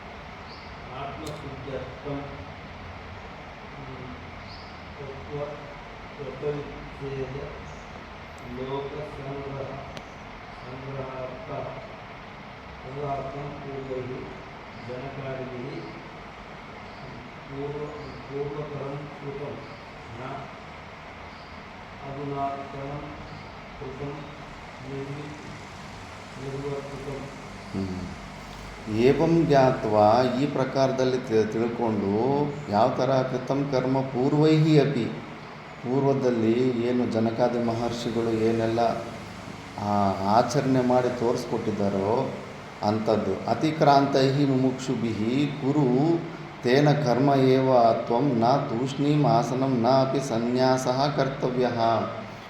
ತ್ವಂ ನ ತೂಷ್ಣೀಂ ಆಸನಂ, ನೀನು ಸುಮ್ಮನೆ ಕೂಡೋ ಚೇಷ್ಟೆಗಳು ಮಾಡೋಕ್ಕೆ ಹೋಗಬೇಡ. ಅಪಿ ನ ಸನ್ಯಾಸಃ ಕರ್ತವ್ಯಃ, ಕರ್ಮಗಳನ್ನು ನೀನು ಆ ಸಾಧನ ಚತುಷ್ಟಯ ಸಂಪತ್ತು ಇಲ್ದಿರ ನೀನು ಅದನ್ನು ಕರ್ಮಗಳನ್ನು ತ್ಯಾಗ ಮಾಡೋಕ್ಕೆ ಹೋಗಬೇಡ. ಅದರಿಂದ ನಿನಗೆ ತುಂಬ ಹಾನಿಯಾಗುತ್ತೆ, ನರಕಾದಿಗಳಿಗೆ ಹೋಗಬೇಕಾಗುತ್ತೆ, ಮಿಥ್ಯಾಚಾರ ಆಗಿಬಿಡುತ್ತೆ ಅದು. ತಸ್ಮಾತ್ ತ್ವಂ ಪೂರ್ವೈಃ ಅಪಿ ಅನುಷ್ಠಿತತ್ವಾತ್ ಯದಿ ಅನಾತ್ಮಜ್ಞ, ಒಂದು ವೇಳೆ ನೀನು ಆತ್ಮಜ್ಞಾನ ಇನ್ನೂ ಇಲ್ಲ ಅಂದರೆ ತ್ವಂ ತದಾ ಆತ್ಮಶುದ್ಧ್ಯರ್ಥಂ, ಅಂತಃಕರಣ ಶುದ್ಧಿ ಸಲುವಾಗಿ ಮಾಡ್ತಾ ಇರು. ತತ್ವವಿಚ್ಛೇದ್, ನೀನು ಒಂದು ವೇಳೆ ತತ್ವವಿತ್ ಆದ್ರೆಗನ ನೀನು ಲೋಕ ಸಂಗ್ರಹಾರ್ಥಂ ಪೂರ್ವೈಃ ಜನಕಾದಿಭಿಃ ಪೂರ್ವತರಂ ಕೃತಂ ನ ಅಧುನಾತನಂ ಕೃತಂ ನಿರ್ಗತಂ. ನೀನು ಒಂದು ವೇಳೆ ನಿನಗೆ ಜ್ಞಾನ ಆಗಿಬಿಟ್ಟಿದೆ ಅಂದ್ರೆಗನ ಲೋಹ ಸಂಗ್ರಹವನ್ನು ದೃಷ್ಟಿಯಲ್ಲಿ ಇಟ್ಟುಕೊಂಡು ಮಾಡು ಅಂತಾನೆ. ಮತ್ತು ಕೃಷ್ಣ ಮಾಡು ಅಂದಾಗ ನಾವು ಮಾಡಿಲ್ಲ ಅಂದರೆ ಕೃಷ್ಣನಿಗೆ ಸಂತೋಷ ಆಗುತ್ತಾ ದುಃಖ ಆಗುತ್ತಾ? ಏನಪ್ಪ ಕೃಷ್ಣ, ನೀನೊಂದು ವೇಳೆ ಅಜ್ಞಾನಿ ಆಗಿದ್ದರೆ ಅಂತಃಕರಣ ಶುದ್ಧಿ ಸಲುವಾಗಿ ಕರ್ಮ ಮಾಡಂತವನೇ. ಒಂದು ವೇಳೆ ನೀನು ಜ್ಞಾನ ಆಗೋಗಿದೆ, ನನಗೆ ಅಂತಃಕರಣ ಶುದ್ಧಿ ಅವಶ್ಯಕತೆ ಇಲ್ಲ ಅಂದರೆ ನೀನು ಲೋಕ ಸಂಗ್ರಹವನ್ನು ಪರೋಪಕಾರವನ್ನು ದೃಷ್ಟಿಯಲ್ಲಿ ಇದ್ದುಕೊಂಡು, ಈಗ ಕೃಷ್ಣ ಪರಮಾತ್ಮ ನಮಗೆಲ್ಲ ಒಳ್ಳೆ ಕೆಲಸ ಮಾಡಿದಾನೆ ಇಲ್ಲ, ನಾವು ದುಡ್ಡು ಕೊಟ್ವಾ? ಪರೋಪಕಾರ ಮಾಡಿದಂತ ಫ್ರೀಯಾಗಿ ಮಾಡಿದಂತಾನೆ ಕೆಲಸ. ಆತ ಮಾಡಿದ ಕೆಲಸದಿಂದ ನಮ್ಗೆ ಉಪಕಾರ ಆಗ್ತಿದ್ದೆ ತಾನೆ. ಇದನ್ನು ದೃಷ್ಟಿಯಲ್ಲಿ ಇಟ್ಟುಕೊಂಡು ಕೂಡ ನೀನು ಕೆಲಸ ಮಾಡು ಅಂತವನು. ಇದು ಕೃಷ್ಣನ ಉಪದೇಶ. ಕೃಷ್ಣನ ಉಪದೇಶನ ನಾವು ನಿಜವಾಗ್ಲೂ ಕೃಷ್ಣನ ಕೃಪೆ, ಆ ಕೃಷ್ಣನ ಕೃಪೆಯನ್ನು ಹೊಂದಬೇಕಂದ್ರೆ ಮತ್ತು ಅವನು ಹೇಳ್ದಂಗೆ ಮಾಡ್ಬೇಕು ತಾನೆ. ಎಲ್ಲಾದರೂ ಸೋಂಬೇರಿತನಕ್ಕೆ ಅವಕಾಶ ಕೊಡ್ತಾ ಇದ್ದಾನೆ ಪರಮಾತ್ಮ. ಸುಮಾರು ಜನ ಹೇಳ್ತಾರೆ, ಭಗವದ್ಗೀತೆಯಲ್ಲಿ ಓದ್ಬಿಟ್ರೆ ಎಲ್ಲ ಸೋಂಬೇರಿಗಳು ಸನ್ಯಾಸಿಗಳಾಗ್ಬಿಡ್ತಾರೆ, ಮಕ್ಕಳಿಗೆ ಓದಿಸೋದಕ್ಕೆ ಕೂಡ ಬಿಡೋದಿಲ್ಲ. ಒಂದು ಅವಕಾಶ ಕೊಟ್ಟಿಲ್ಲ ಶಂಕರಾಚಾರ್ಯರು ಭಗವಾನರಾಗಿ ಇದಾಗಲಿ ಲೆಥಾರ್ಜಿಕ್ ಮೈಂಡ್ಗೆ ಒಂದು ಚೂರು ಅವಕಾಶ ಕೊಟ್ಟಿಲ್ಲ. ಇನ್ನೂ ಆ್ಯಕ್ಟಿವಿಟಿಯಲ್ಲಿ ಇನ್ವಾಲ್ವ್ ಮಾಡೋ ಥರ ಮಾಡ್ತಾರೆ ಹೊರತು ಸೋಂಬೇರಿತನಕ್ಕೆ ಯಾವತ್ತೂ ಎಂಕರೇಜ್ ಮಾಡಲಿಲ್ಲ. ಅತ್ಯಂತ ವೈರಾಗ್ಯ, ಸಾಧನ ಚತುಷ್ಟಯ ಸಂಪತ್ತಿ ಇದ್ದು ಯಾವುದೇ ಪ್ರಕಾರದ ಒಂದು ಚೂರು ಯಾವ ವಿಷಯ ಭೋಗದಲ್ಲೂ ಆಸಕ್ತಿಯೇ ಇಲ್ಲ. ಕನಿಷ್ಠ ಪಕ್ಷಕ್ಕೆ ಈ ಶರೀರ ನಿರ್ವಹಣೆ, ಶರೀರ ಇನ್ನೂ ಉಳಿಬೇಕು ಅನ್ನೋ ಆಸೆ ಕೂಡ ಇಲ್ಲದೆ ಇರೋ ಅಂಥವನಿಗೆ ನೀನು ಸರ್ವಕರ್ಮ ಸನ್ಯಾಸನ ಮಾಡಿಬಿಟ್ಟು ಬಿಟ್ಟುಬಿಡು, ನಿನ್ನ ಕೈಯಲ್ಲಿ ಆಗಲ್ಲ ಅದು, ಆವಾಗ ನೀನು ಬಿಡು ಅಂತ ಶಾಸ್ತ್ರ ಹೇಳುತ್ತೆ ಹೊರತು ಇಂಥ ಮುಮುಕ್ಷು ಅವಸ್ಥೆಯಲ್ಲಿ, ಅಜ್ಞಾನ ಅವಸ್ಥೆಯಲ್ಲಿ ಯಾವತ್ತೇ ಆಗಲಿ ನಿನಗೆ ಅಂಥ ಪ್ರೇರಣೆ ಕೊಡೋದಿಲ್ಲ. ಆದ್ದರಿಂದ ಇವತ್ತು ಭಾರತ ದೇಶದಲ್ಲಿ ಇನ್ನೂ 1000 ವರ್ಷ ಅಟ್ಯಾಕ್ ಮಾಡಿದ್ರು ವಿದೇಶಿಯರು ಇವತ್ತಿನ್ನೂ ಕೂಡ ನಮ್ಮ ಧರ್ಮನ ನಾವು ಉಳಿಸ್ಕೊಂಡಿದ್ದೀವಿ ಅಂದರೆ ಭಗವಂತನು ಹೇಳಿಕೊಟ್ಟಿರೋ ಅಂಥ ಈ ನಿಷ್ಕಾಮ ಕರ್ಮಯೋಗ, ಇದು ಯಾವನ ಮೈಂಡಲ್ಲಿ ಜೀರ್ಣ ಆಗಿದ್ದು ಅವನೇ ಶಿವಾಜಿ ಮಹಾರಾಜ ಆಗ್ತಾನೆ. ಎಲ್ಲರಿಗೂ ತನ್ನ ಹೆಂಡತಿ ಮಕ್ಕಳ ಜೊತೆ ಸಂತೋಷವಾಗಿ ಸುಖವಾಗಿ ಕಷ್ಟಗಳಿಲ್ದಿರೋ ಜೀವನ ಮಾಡೋದು ಪ್ರತಿಯೊಬ್ಬನಿಗೂ ಇರುತ್ತೆ ಯುಕ್ತಿ. ಅದನ್ನು ದಾಟಿ ಧರ್ಮದ ಸಲುವಾಗಿ, ದೇಶದ ಸಲುವಾಗಿ ಎಷ್ಟು ಜನ ಪ್ರಾಣಾರ್ಪಣೆ ಮಾಡಿದ್ದಾರೆ. ಸುಭಾಷ್ ಚಂದ್ರ ಬೋಸು, ಭಗತ್ ಸಿಂಗ್ ಅಂತೆ, ಅವ್ರಿಗೆಲ್ಲ ಎಲ್ಲಿಂದ ಪ್ರೇರಣೆ, ಯಾಕೆ ಮಾಡ್ತಾರೆ? ಅದು ಪ್ರಯೋಜನ ಏನು ಇಲ್ದಿರ ಕೂಡ ಆ ಸ್ವಾರ್ಥವನ್ನು, ಆ ಬಾರ್ಡರ್ಸನ್ನು, ಅಹಮಮಭಾವ, ನಾನು ನನ್ನ ಪರಿವಾರ ಅನ್ನೋ ಒಂದು ಸ್ವಾರ್ಥವನ್ನು ದಾಟಿ ಧರ್ಮದ ಸಲುವಾಗಿ, ದೇಶದ ಸಲುವಾಗಿ ಯಾಕೆ ಮಾಡ್ತಾರೆ ಅಂದರೆ ಭಗವಂತನು ಆಚರಣೆ ಮಾಡಿ ತೋರಿಸ್ಕೊಟ್ಟಿರುವಂಥ ಇಂಥ ನಿಷ್ಕಾಮ ಕರ್ಮಯೋಗ. ಮತ್ತು ಅಂಥ ಒಂದು ಪರಂಪರೆಯನ್ನು ನಾವು ಕೂಡ ಉಳಿಸ್ಕೋಬೇಕಲ್ಲ. ನಮ್ಮ ಗುರುಗಳು ಇದೇ ಹೇಳಿದ್ದು, ನೀನು ಪರಿರಾಜಕ ಜೀವನಕ್ಕೆ ಹೋಗ್ಬಿಡ್ತೀಯ, ನಿನಗೆ ಬಂತು ಕೆಲಸ ಮಾಡಿಕೊಂಡೆ ಆಯಿತು ಹೋಗ್ಬಿಡ್ತು. ಮತ್ತು ನೆಕ್ಸ್ಟ್ ಜನ್ರೇಷನ್ಗೆ ಹೆಂಗೆ ಮತ್ತೆ ಇದು ಈ ಪರಂಪರೆ ಉಳಿಬೇಕಾ, ಇಲ್ಲೇ ನಿಮಗೆ ಜೊತೆನೇ ಇಲ್ಲ ಅಂತ ಆಗ್ಬಿಡ್ಬೇಕಾ? ಅಲ್ಲಿ ತನಕ ಅನಾದಿ ಕಾಲ ತನಕ ದ್ವಾಪರ ಯುಗದಿಂದ ಹಿಡಿದು ಇಲ್ಲಿ ತನಕ ವ್ಯಾಸ ಭಗವಾನರಿಂದ ಅಲ್ಲಿಂದ ಪರಂಪರೆಯನ್ನು ಒಬ್ಬರಿಂದ ಒಬ್ಬರು ತ್ಯಾಗ ಬರೋ ಇಲ್ಲಿ ತನಕ ನಮಗೆ ವಿದ್ಯೆಯನ್ನು ತಂದು ಕೊಟ್ಟಿದ್ದಾರೆ. ಅದು ಈಗ ಎಂಥ ವ್ಯವಸ್ಥೆ ಮಾಡಿಕೊಟ್ಟಿದ್ದಾರೆ ಗುರು ಪರಂಪರೆಗಳು. ಕೋಟ್ಯಾಂತರ ಆಶ್ರಮಗಳು, ರೆಡಿಮೇಡ್ ಆಶ್ರಮಗಳು, ಕೇವಲ ಕೂತ್ಕೊಂಡು ಸಾಧನೆ ಮಾಡ್ಕೋಬೇಕಷ್ಟೆ. ಇಂಥದ್ದೆಲ್ಲ ವ್ಯವಸ್ಥೆ ಈ ಅಡವೀಶ ಸ್ವಾಮೀಜರಾಗಲಿ ಯಾರ ಸಲುವಾಗಿ ಮಾಡೋದು? ಪರಂಪರೆ ಸಲುವಾಗಿ ಮಾಡೋದ್ರಲ್ಲ. ಮತ್ತು ನಾವು ಅಂಥ ಒಂದು ಸವಲತ್ತನ್ನು ಸ್ವೀಕಾರ ಮಾಡಿದಾಗೆ ನಮ್ಮ ನೆಕ್ಸ್ಟ್ ಜನ್ರೇಷನ್ಗೂ ಅಂಥದ್ದೇ ಒಂದು ಸವಲತ್ತನ್ನು ಮಾಡಿ ಕೊಡಬೇಕಲ್ಲ. ಅದೆಂಥ ಸ್ವಾರ್ಥ! ಕೇವಲ ನಾವು ಮಾತ್ರ ನಮ್ಮ ಕೆಲಸ ಮುಗಿಸ್ಕೊಂಡು ಟಾಟಾ ಬಾಯ್ ಬಾಯ್ ಅಂತ ಹೊರಟೋಗೋದು. ಅದರಲ್ಲಿ ಏನಾದರೂ ತ್ಯಾಗ ಅನ್ನೋದು ಕಾಣಿಸ್ತಾ ಇದೆಯಾ? ಆ ಭಾಷೆಕಾರ ಭಗವಂತರು ಕೂಡ ಅವ್ರ ಶಿಷ್ಯರೇ ಹಸ್ತಮಾಲ್ಕಚಾರ್ಯನ ಥರನೇ ಉತ್ತಮವಾದಂಥ ಅಂಥ ಸ್ಥಿತಿಗೆ ಹೊಟ್ಟೋಗೋದಾಗಿತ್ತಲ್ಲ. ಈ ಭಾಷೆಗಳು ಇವೆಲ್ಲ ಏನಕ್ಕೆ ಬರಿಬೇಕಾಗಿತ್ತು? ಶಂಕರ ದಿಗ್ವಿಜಯ ಎಲ್ಲ ಶಾಸ್ತ್ರಾರ್ಥ ಮಾಡಿ ಧರ್ಮವನ್ನು ಮತ್ತೆ ಸ್ಥಾಪನೆ ಯಾಕೆ ಮಾಡಬೇಕಾಗಿತ್ತು? ತಲೆನೋವು ಇವೆಲ್ಲ ಯಾಕಪ್ಪ, ನನಗಾಗದ ಕೆಲಸಗಳು, ಮಿಥ್ಯಾ ಪ್ರಪಂಚ ಇದು, ಇದರಲ್ಲಿ ಎಷ್ಟು ಕಷ್ಟಪಟ್ಟರು ವೇಸ್ಟು, ಏನು ಇಲ್ಲವೇ ಇಲ್ಲವಲ್ಲ ಅಂತ ಸೈಲೆಂಟಾಗಿ ಇದ್ದಿದ್ದರೆ ಇವತ್ತು ನಮಗೆ ಈ ಭಾಷೆ ಇವೆಲ್ಲ ಸಿಗ್ತಾ ಇತ್ತ? ಇಲ್ಲ. ಮನಸ್ಸಿನಲ್ಲಿ ನಮ್ಮದಿನ್ನೂ ಈ ಭಾವನೆ ಬರಬೇಕು. ಇದು ಅರ್ಥ ಆಗಿಲ್ಲ ಎಲ್ಲರಿಗೂ. ಭಗವದ್ಗೀತೆ ಅರ್ಥ ಆಗಿದ್ದರೆ ಬೆಳಗ್ಗೆಯಿಂದ ಸಾಯಂಕಾಲ ತನಕ ನಿನ್ನ ಕೈ ಮನಸ್ಸು ಪ್ರತಿಯೊಂದು ಪರೋಪಕಾರಕ್ಕೆ ತವಕಿಸ್ತಾ ಇರುತ್ತೆ. ನಿಜವಾಗಿ ಭಗವದ್ಗೀತೆ ಅರ್ಥ ಆದರೆ ನಿನ್ನಿಂದ ಮತ್ತೆ ನೀನು ದೀಪ ಆಗ್ಬಿಡ್ತೀಯ. ನೀನು ಟಾರ್ಚ್ ಬೇರರ್, ನೀನು ಫಸ್ಟು ಲಿಟ್ಟಿಂಗ್ ಲ್ಯಾಂಪ್ ಆಗಿಬಿಡ್ತೀನಿ, ನೀನು ಪ್ರಕಾಶಿಸುವಂಥ ದೀಪ ಆಗಿಬಿಡ್ತೀನಿ ನೀನು. ಭಗವದ್ಗೀತೆನ ಅರ್ಥ ಮಾಡ್ಕೊಂಡಿರೋ ಸ್ಟೇಟ್ಗೆ ಹೋಗ್ಬಂದಿದ್ದರೆ ಸಾಕು, ಮತ್ತು ಇದು ರಾಮರಾಜ್ಯ ಮತ್ತು ಪುನಃ ಸ್ಥಾಪನೆ ಆಗಿಬಿಡುತ್ತೆ. ಅಷ್ಟು ನಿಸ್ವಾರ್ಥತೆಯಿಂದ ನಿಷ್ಕಾಮ ಕರ್ಮಯೋಗಿ ಅಷ್ಟು ದೊಡ್ಡ ಮಟ್ಟಕ್ಕೆ ಹೋಗ್ಬಿಡುತ್ತೆ. ಆದ್ದರಿಂದ ಫಸ್ಟು ಇದನ್ನು ನೀಟಾಗಿ ಅರ್ಥ ಮಾಡ್ಕೋಬೇಕು. ನಮ್ಮಲ್ಲಿರೋ ಆ ಸ್ವಾರ್ಥ ಬುದ್ಧಿಯನ್ನು ತೆಗೆದುಬಿಟ್ಟು ಭಗವಂತನಿಗೆ ತುಂಬ ಸ್ಪಷ್ಟವಾಗಿ ಹೇಳಿಬಿಟ್ಟಿದ್ದಾನೆ. ನೀನು ಅಜ್ಞಾನ ಅವಸ್ಥೆಯಲ್ಲಿದ್ದರೆಗನ ಅಂತಕ್ಕನ್ನ ಶುದ್ಧಿ ನಮ್ಮ ಒಂದು ಲಕ್ಷ್ಯ ಇಟ್ಟುಕೊಂಡು ನೀನು ಪರೋಪಕಾರ ಮಾಡು, ಅಹಮವ ಸ್ವಾರ್ಥ ಇದ್ದರೆ ಮಾಡು. ಇಲ್ಲ, ಜ್ಞಾನ ಆಗಿಬಿಟ್ಟಿದ್ದು, ನನಗೆ ಅಂತಕ್ಕನ್ನ ಶುದ್ಧಿ ಅವಶ್ಯಕತೆ ಇಲ್ಲ, ತಿಳ್ಕೊಬೇಕಾದಂತ ತಿಳ್ಕೊಂಬಿಟ್ಟಿದ್ದೀನಿ ಅಂತ ಅಂದ್ಕೊಂಡ್ರು ಕೂಡ ನನ್ನ ಜೀವನನೇ ನೀನು ಆದರ್ಶ ಇಟ್ಕೋ. ಕೃಷ್ಣ ಪರಮಾತ್ಮ ನನಗೆ ಯಾವುದೇ ಕರ್ತವ್ಯ ಇಲ್ಲ ಅಂದರೂ ನಾನೇ ಸ್ವಯಂವಾಗಿ ಮಾಡಿ ತೋರಿಸ್ತಾ ಇದ್ದೀನಿ ತಾನೇ. ಇವೆಲ್ಲ ನೀನು ಪರೋಪಕಾರ ಸಲುವಾಗಿ, ಲೋಕವನ್ನು ಉದ್ಧಾರ ಮಾಡುವ ಸಲುವಾಗಿ ನೀನು ಕರ್ಮಗಳನ್ನು ಮಾಡ್ತಾಯಿರು, ಕರ್ಮಫಲ ತ್ಯಾಗವನ್ನು ಮಾಡು, ಇವೆಲ್ಲ ಮಾಡ್ತಾನೇ ಇರು ಅಂತ ಹೇಳಿದ್ದಾನೆ. ಇಷ್ಟೇ, ಇಲ್ಲ ಇದಕ್ಕಿಂತ ಹೆಚ್ಚು ಸ್ಪಷ್ಟವಾಗಿ ಹೇಳಲ್ಲ ಭಗವಂತ. ಇನ್ನು ಬೇರೆಯವ್ರ ಥರ ಮಾಡೋಕ್ಕೆ ಹೋಗಬೇಡ.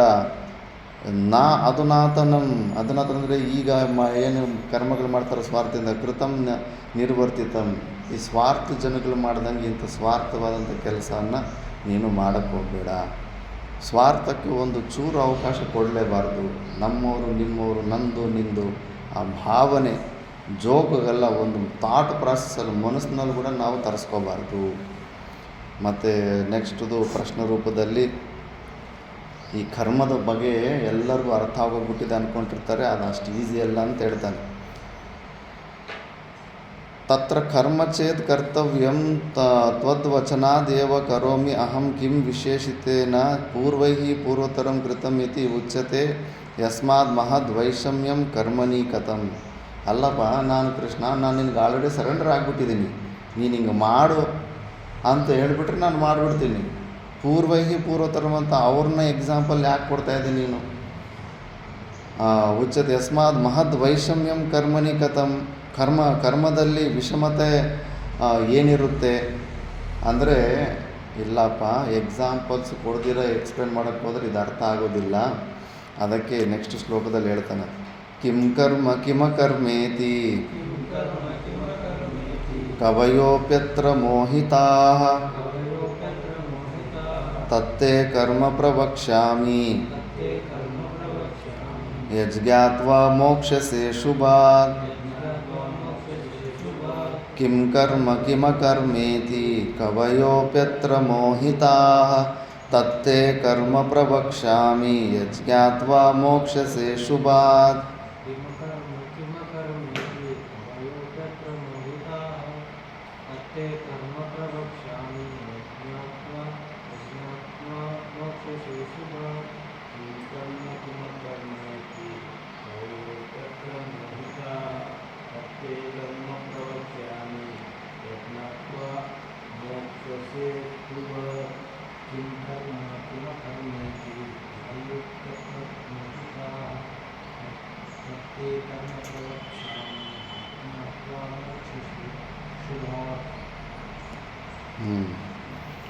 ಕರ್ಮ ಕಿಂ ಅಕರ್ಮ ಕಿಂ ಇತಿ ಅತ್ರ ಕವಯೋಃ ಅಪಿ ಮೋಹಿತಾಃ ತತ್ ಕರ್ಮ ತೇ ಪ್ರವಕ್ಷ್ಯಾಮಿ ಯಜ್ಞಾತ್ವಾ ಅಶುಭಾತ್ ಮೋಕ್ಷಸೆ. ಕರ್ಮ ಅಂದರೆ ಏನು, ಅಕರ್ಮ ಅಂದರೆ ಏನು ಎಂಬ ವಿಷಯದಲ್ಲಿ ಇಲ್ಲಿ ಕವಯುಪ ಅಂದರೆ ಅತ್ಯಂತ ತೀಕ್ಷ್ಣ ಬುದ್ಧಿಯಿಂದ ವಿದ್ವಾನರೇ ಮೋಹಿತಾಹ, ಅವರೇ ಭ್ರಾಂತಿಲಿದ್ದಾರೆ. ಏನು ಕರ್ಮ, ಯಾವುದು ಅಕರ್ಮ ಅಂತ. ಸುಮಾರು ಜನಕ್ಕೆ ಈಗಲೂ ಇದು ಈ ನೆಕ್ಸ್ಟ್ ಕರ್ಮಣ್ಯ ಕರ್ಮ ಪಶ್ಯದ 18ನೇ ಶ್ಲೋಕದಲ್ಲಿ ಡೀಟೇಲಾಗಿ ಅರ್ಥ ಮಾಡ್ಕೊಂಡ್ಬಿಟ್ರೆ ಸುಮ್ಮನೆ ಕೂಡೋದು ಅಕರ್ಮ ಅನ್ಕೊತಾ ಇರ್ತಾರೆ. ಸುಮ್ಮನೆ ಕೂಡೋದು ಅಕರ್ಮ ಅಲ್ಲ, ಅದು ಕರ್ಮಕೋಟಿಗೆ ಬಂದ್ಬಿಡುತ್ತೆ. ಅದು ಹೇಗೆ ಅಂತ ತೋರಿಸ್ಕೊಡ್ತಾನೆ. ಇದರಲ್ಲಿ ನಿಜವಾಗ್ಲೂ ದೊಡ್ಡ ಮೋಹ ಇದೆ. ಅದಕ್ಕೆ ಅದನ್ನು ನಾನು ನಿನಗೆ ಹೇಳಲಿಕ್ಕೆ ಇಚ್ಛಾಪಡ್ತೀನಿ. ಯಾವುದನ್ನು ನೀನು ತಿಳ್ಕೊಂಡು ಅಶುಭಾತ್ ಮೋಕ್ಷಸೆ ಅಂದರೆ ನೀನು ಶಾಸ್ತ್ರವಿಹಿತ ಕರ್ಮಗಳಿಂದ ನೀನು ವಿಮುಕ್ತನಾಗ್ಬಿಡ್ತೀಯ. ಈ ಒಂದು ಕರ್ಮ ರಹಸ್ಯವನ್ನು ತಿಳ್ಕೊಂಡು ನೀನು ಮತ್ತೆ ನಿನ್ನ ಜನ್ಮವನ್ನು ಧನ್ಯ ಮಾಡ್ಕೊತೀಯ ಅಂತ ಹೇಳ್ತಾ ಇದ್ದಾನೆ. ಭಾಷ್ಯದಲ್ಲಿ ನೋಡೋಣ. ಕಿಂ ಕರ್ಮ ಕಿಂಚ ಅಕರ್ಮ ಇತಿ ಕವಯೋ ಮೇಧಾವಿನಃ ಅಪಿ ಅತ್ರ ಅಸ್ಮಿನ್ ಕರ್ಮಾದಿ ವಿಷಯೇ ಮೋಹಿತಾ ಮೋಹಂ ಗತಾಃ ಅತಃ ತೇ ತುಭ್ಯಂ ಅಹಂ ಕರ್ಮ ಅಕರ್ಮ ಚ ಪ್ರವಕ್ಷ್ಯಾಮಿ ಯದ್ಜ್ಞಾತ್ವಾ ವಿದಿತ್ವಾ ಕರ್ಮಾದಿ ಮೋಕ್ಷಸೆ ಅಶುಭಾತ್ ಸಂಸಾರಾತ್. ನೀನು ಓದ್ತೀಯಪ್ಪ.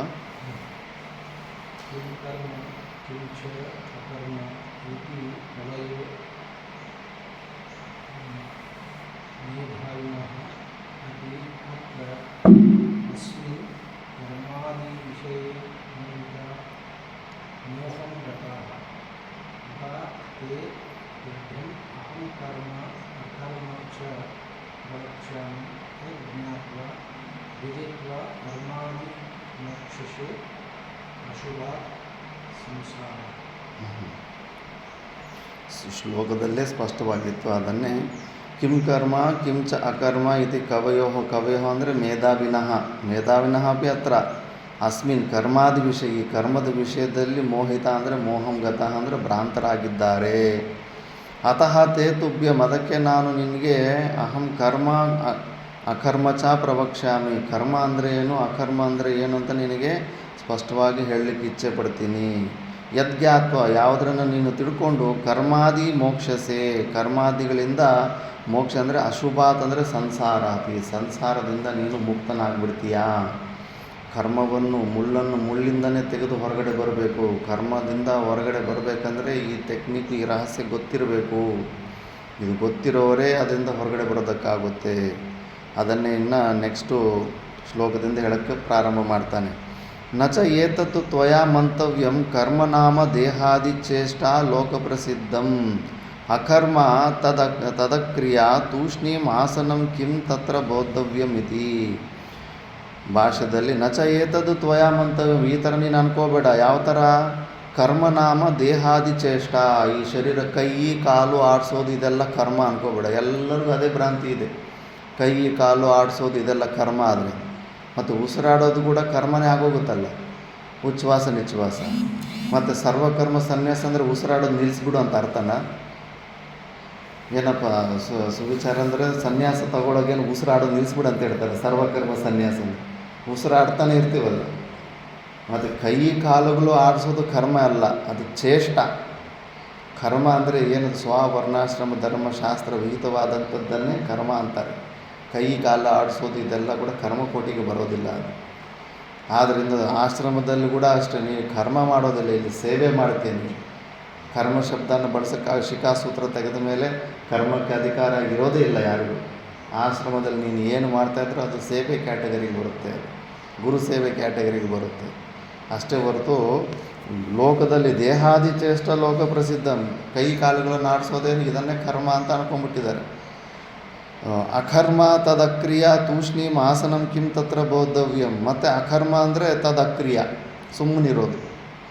ಏನು ಕೆಲಸ ಮಾಡ್ತಿರೋ ಸುಮ್ಮನಿರೋದು. ನೀನು ಸುಮಾರು ಜನ ನಾವು ಉದ್ಯೋಗ ಬಿಟ್ಟಿದ್ದೀವಿ. ಆ ಮ್ಯಾನೇಜರ್ ಮೇಲೆ ಜಗಳಾಡಿ ಕೋಪದಿಂದ ಬಿಟ್ಟಿದ್ದೀನಿ. ಅದು ಕೂಡ ತ್ಯಾಗನೇ ತಾನೇ, ಕರ್ಮ ತ್ಯಾಗ ಮಾಡಿದ್ದೀನಿ ತಾನೆ. ಮತ್ತು ಅದರಿಂದ ಮೋಕ್ಷ ಬಂದುಬಿಡುತ್ತಾ? ಈಗ ನಾನು ಮದುವೆ ಮಾಡ್ಕೊಳ್ಳೋದಿಲ್ಲ, ನನಗೆ ಸಂಸಾರದ ಜೀವನ ಇಷ್ಟ ಇಲ್ಲ, ಆದ್ದರಿಂದ ನಾನು ಉದ್ಯೋಗಗಳು ಮಾಡಲ್ಲ, ಏನೂ ಮಾಡಲ್ಲ. ಅದು ನಾವು ಅಂದ್ಕೊತಾ ಇರ್ತೀವಿ ನಾವು ತ್ಯಾಗ ಮಾಡಿ ಬಂದಿದ್ದೀವಿ, ಕರ್ಮಗಳನ್ನು ಬಿಟ್ಟಿದ್ದೀವಿ ಅಂತ. ಇಲ್ಲ, ಶಾಸ್ತ್ರ ಒಪ್ಪೋದಿಲ್ಲ ಅದನ್ನು. ನೀನು ಬಿಡೋದು ಕೂಡ ಕರ್ಮನೇ, ಕ್ರಿಯಾನೇ ಅಲ್ಲ. ತಗೊಳ್ಳೋದು ಕ್ರಿಯೆ ಆದರೆ ಬಿಡೋದು ಕೂಡ ಕ್ರಿಯಾನೇ ತಾನೇ, ಬಿಟ್ಟಿರೋದು ಕೂಡ ಕ್ರಿಯಾನೇ. ಅದಕ್ಕೆ ನೆಕ್ಸ್ಟು ಶ್ಲೋಕ 15ನೇ ಶ್ಲೋಕದಲ್ಲಿ ಸ್ಪಷ್ಟವಾಗಿ ಬಿಡಿಸ್ಬಿಡ್ತಾನೆ, ಕರ್ಮ ಅಂದರೆ ಏನು, ಅಕರ್ಮ ಅಂದರೆ ಏನು ಅಂತ. ಇದು ಸ್ಪಷ್ಟವಾಗಿ ಬ್ರೈನಲ್ಲಿ ಕೂತ್ಕೋಬೇಕು. ಸುಮ್ಮನೆ ಕೈ ಕಾಲು ಆಡಿಸಿದ್ರೆ ಸುಮ್ಮನೆ ಕೂತ್ಕೊಂಡ್ಬಿಟ್ರೆ ನಾನು ಕರ್ಮ ತ್ಯಾಗ ಮಾಡಿಬಿಟ್ಟಿದ್ದೀನಿ ಅಂತಲ್ಲ. ಮುಖ್ಯವಾಗಿ ಅಹಂಕಾರನ ಇಟ್ಕೊಂಡಿದ್ರೆ ನೀನು ಅಹಂಕಾರದಿಂದನೇ ತಾನೇ ಆ ಒಂದು ಕ್ರಿಯೆ ಬಿಡುವ ಎನ್ನುವ ಕ್ರಿಯೆಯಿಂದ ನೀನು ಬಿಟ್ಟಿದ್ಯಾ. ಕರ್ಮವನ್ನೇ ಮಾಡಿದ್ಯಾ, ಕರ್ಮವನ್ನು ಬಿಟ್ಟಿಲ್ಲ, ಇನ್ನು ಕರ್ಮವನ್ನು ಮಾಡಿದೀಯ, ಬಿಡುವ ಕರ್ಮ ಮಾಡಿದೆಯಾ. ಇಟ್ಟುಕೊಳ್ಳೋ ಕರ್ಮ, ಬಿಡುವ ಕರ್ಮ ಮಾಡಿದೆಯಾ ನೀನು. ಅದಕ್ಕೆ ಏನ ತ್ಯಜೇತ್ ತಸ್ಯಾಪಿ ತ್ಯಜೇತ್, ಯಾವುದರಿಂದ ನೀನು ಕರ್ಮವನ್ನು ಬಿಟ್ಟಿದ್ದೆ ಫಸ್ಟು ಅದನ್ನು ತೆಗೆದುಬಿಡು. ಅದಿರೋ ತನಕ ನೀನು ಕರ್ಮ ತ್ಯಾಗ ಮಾಡೋದಕ್ಕೆ ಸಾಧ್ಯವೇ ಇಲ್ಲ. ಅಹಂಕಾರ ಹಂಗೆ ಇದೆ ಅಲ್ಲ, ಅದನ್ನೇ ಹೇಳ್ತಾನೆ. ಅಕರ್ಮ ತದಕ್ರಿಯ ತೂಷ್ಣೀಂ ಆಸನಂ ಕಿಂ ತತ್ರ ಬೋಧವ್ಯಂ ಇತಿ ಕಸ್ಮಾತ್. ಅದಕ್ಕೆ ಇದನ್ನು ಈ ಥರ ಅಂದ್ಕೊಂಡಿರ್ತಾರೆ. ಅದನ್ನು ನೆಕ್ಸ್ಟ್ ಶ್ಲೋಕದಲ್ಲಿ ಇನ್ನು ಸ್ಟಾರ್ಟ್ ಮಾಡ್ತಾನೆ. ಕರ್ಮಣೋ ಹ್ಯಪಿ ಬೋದ್ಧವ್ಯಂ ಬೋದ್ಧವ್ಯಂಚ ವಿಕರ್ಮಣಃ ಅಕರ್ಮಣಶ್ಚ ಬೋದ್ಧವ್ಯಂ ಗಹನಾ ಕರ್ಮಣೋ ಗತಿಃ.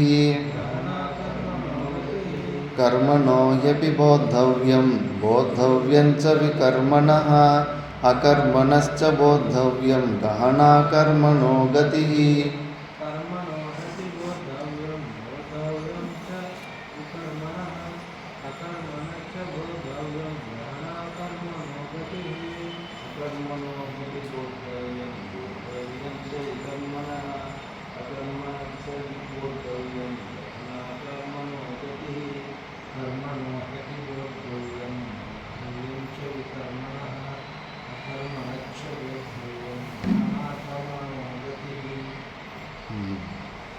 ಕರ್ಮಣಃ ಅಪಿ ಬೋದ್ಧವ್ಯಂ, ಕರ್ಮಗಳಂದರೆ ಏನು ಅಂತ ತಿಳ್ಕೋಬೇಕು. ಮತ್ತು ಚ ಅಕರ್ಮಣಃ ಬೋದ್ಧವ್ಯಂ ಚ ವಿಕರ್ಮಣಃ ಬೋದ್ಧವ್ಯಂ. ಕರ್ಮಣಃ ಗತಿಃ ಗಹನಾ, ಕರ್ಮಣಃ ಗತಿಃ ಗಹನಾ. ಕರ್ಮಗಳಂದರೆ ಏನು ಅಂತ ತಿಳ್ಕೋಬೇಕು, ಅಕರ್ಮಗಳಂದರೆ ಏನು ಅಂತ ಸರಿಯಾಗಿ ತಿಳ್ಕೋಬೇಕು, ವಿಕರ್ಮಗಳಂದರೆ ಏನು ಅಂತ ತಿಳ್ಕೋಬೇಕು. ಆದ್ದರಿಂದ ಕರ್ಮಗಳ ಗತಿಗಳು ತುಂಬ ಗಹನ ಅಂದರೆ ತುಂಬ ಆಳವಾಗಿರ್ತವೆ ಅಂತ ಶಾಸ್ತ್ರ ಹೇಳ್ತಾ ಇದೆ. ಇದನ್ನೇ ಭಾಷ್ಯದಲ್ಲಿ ನೋಡೋಣ.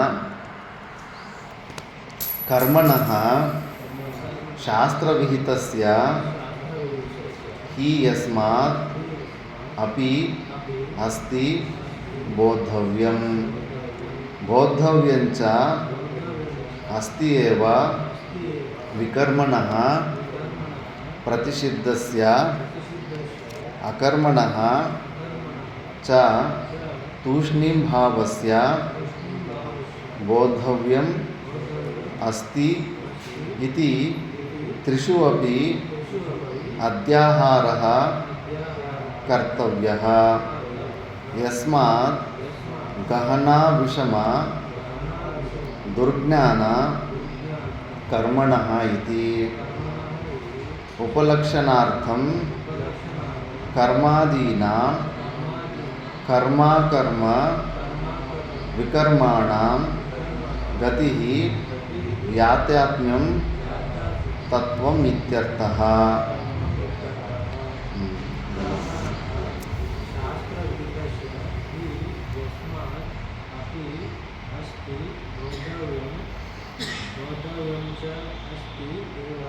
विकर्मणः प्रतिषिद्धस्य तथा अकर्मणः च तूष्णीं भावस्य बोद्धव्यम् अस्ति इति त्रिषु अपि अद्याहारः कर्तव्यः यस्मात् ग्रहण विषम दुर्जन कर्मणः इति उपलक्षणार्थं कर्मादिना कर्माविकर्मणा गतिः यातात्म्यं तत्त्वम् उच्यते. ಕರ್ಮಣಃ ಅಂದರೆ ಶಾಸ್ತ್ರವಿಹಿತಸ್ಯ. ಕರ್ಮಗಳಂದರೆ ಏನು ಅಂದರೆ ಶಾಸ್ತ್ರವಿಹಿತವಾದಂಥ ಕರ್ಮಗಳು ಅಂತ ಅರ್ಥ ಮಾಡ್ಕೋಬೇಕು. ಈ ಯಸ್ಮಾದಪಿ ಅಸ್ತಿ ಬೋದ್ಧವ್ಯಂ, ಅದ್ರ ಬಗ್ಗೆ ತಿಳ್ಕೋಬೇಕು. ಶಾಸ್ತ್ರ ನಮ್ಗೆ ಓದೋದು ಗೊತ್ತಿಲ್ಲ ಅಂದರೆ ಗೊತ್ತಿರುವಂಥ ಸತ್ಪುರುಷರು ವಿದ್ವಾನ್ರಿಂದ ತಿಳ್ಕೋಬೇಕು. ಯಾವುದನ್ನು ಮಾಡೋದು, ಇದು ಸಹಿ, ಇದು ಕರೆಕ್ಟಾ ರಾಂಗ ಅಂತ. ಇಷ್ಟ ಬಂದಂಗೆ ವಿಚಿತ್ರವಾದ ಆಚರಣೆಗೆಲ್ಲ ಮಾಡ್ಕೊಂಡ್ಬಿಡ್ತಾರೆ. ಎಷ್ಟೊಂದು ಕಾಣಿಸ್ತಾ ಇರುತ್ತೆ.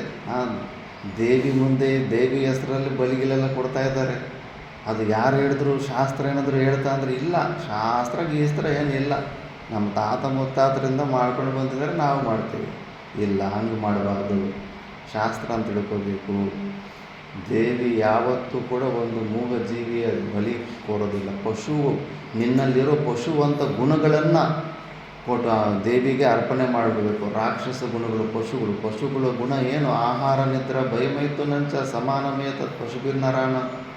ಏನು ನಾವು ಪಶುಗಳ ಥರನೇ ತಿನ್ನೋದು, ಮಲಗೋದು, ಮಕ್ಕಳು ಮಾಡೋದು, ಸಂಸಾರ, ಇವೆಲ್ಲ ಪಶು ಲಕ್ಷಣಗಳು. ಅಂಥ ಲಕ್ಷಣವನ್ನು ಬಿಟ್ಟು ಮೋಕ್ಷ ಪುರುಷಾರ್ಥಕ್ಕೆ ಬಂದಿರೋದು, ಮಾನವ ಜನ್ಮ ಮೋಕ್ಷಕ್ಕೆ ಬಂದಿರೋದಂಥ ಅರ್ಥವನ್ನು ಮಾಡಿಕೊಂಡು ಅದರ ಸಲುವಾಗಿ ಕರ್ಮಗಳು ಮಾಡೋದನ್ನು ನಾವು ಕಲಿಬೇಕು. ಅಷ್ಟೇ ಹೊರತು ಮನಸ್ಸಿಗೆ ಬಂದಂಗೆಲ್ಲ ಯಾವ ವಿಚಾರ, ಯಾವುದೋ ಪದ್ಧತಿ ಅಂತೆ, ಏನೇನೋ ಪದ್ಧತಿ ಅಂತೆ, ಯಾರು ಹೇಳ್ಕೊಟ್ರಂದ್ರೆ ಇಲ್ಲ, ನಮ್ಮ ತಾತ ಮುತ್ತಾತರ ಕಾಲದಿಂದ ಮಾಡ್ಕೊತ ಬರ್ತಾಯಿದೆ, ಹಂಗೆ ಮಾಡ್ಕೊತ ಹೋಗ್ತಾರೆ. ಇಲ್ಲ, ಪ್ರತಿಯೊಂದಕ್ಕೂ ಶಾಸ್ತ್ರದಲ್ಲಿ ಇದಕ್ಕೆ ಅನುಮತಿ ಇದೆಯಾ? ನಾವು ಮಾಡೋವಂಥ ಕೆಲಸಗಳಿಗೆ ಶಾಸ್ತ್ರ ಪರ್ಮಿಷನ್ ಕೊಡ್ತಾ ಇದೆಯಾ? ಇಲ್ಲ ಅಂದರೆ ನಾವು ಮಾಡೋಕ್ಕೆ ಹೋಗಬಾರ್ದು. ನೀನು ದೇವರ ಹೆಸರಲ್ಲಾದರೂ ಮಾಡು, ಮತ್ತು ನಿನ್ನನ್ನು ದೇವರ ಹೆಸರಿಂದನೇ, ಮತ್ತು ಅದೇ ಜೀವಿನೇ ನಿನ್ನ ದೇವರ ಹೆಸರಲ್ಲೇ ಬಲಿ ತೊಗೊಂಡ್ಬಿಡುತ್ತೆ. ತಗೊಂಡಿಲ್ವ? ಈಗ ರಾಮ ಜನ್ಮಭೂಮಿಯಲ್ಲಿ ರಾಮ ಅನ್ಕೊಂತ ಟ್ರೈನಲ್ಲಿ ಹೋಗ್ತಾ ಇರೋರು ಬೆಂಕಿಯಲ್ಲಿ ಸುಟ್ಟು ಭಸ್ಮ ಆದರೆ ಇಲ್ಲ, ದೇವರ ಹೆಸರಲ್ಲೇ ಭಸ್ಮ ಆದರೆ ಇಲ್ಲ. ದೇವರ ಹೆಸರದಲ್ಲಿ ನೀನು ಬಲಿ ಕೊಟ್ಟರೆ ನಿನ್ನನ್ನು ಅದೇ ಥರನೇ ಬಲಿ, ದೇವರ ಹೆಸರಲ್ಲೇ ಬಲಿ ತಗೊಂಡ್ಬಿಡುತ್ತೆ ಕರ್ಮ ಸಿದ್ಧಾಂತ.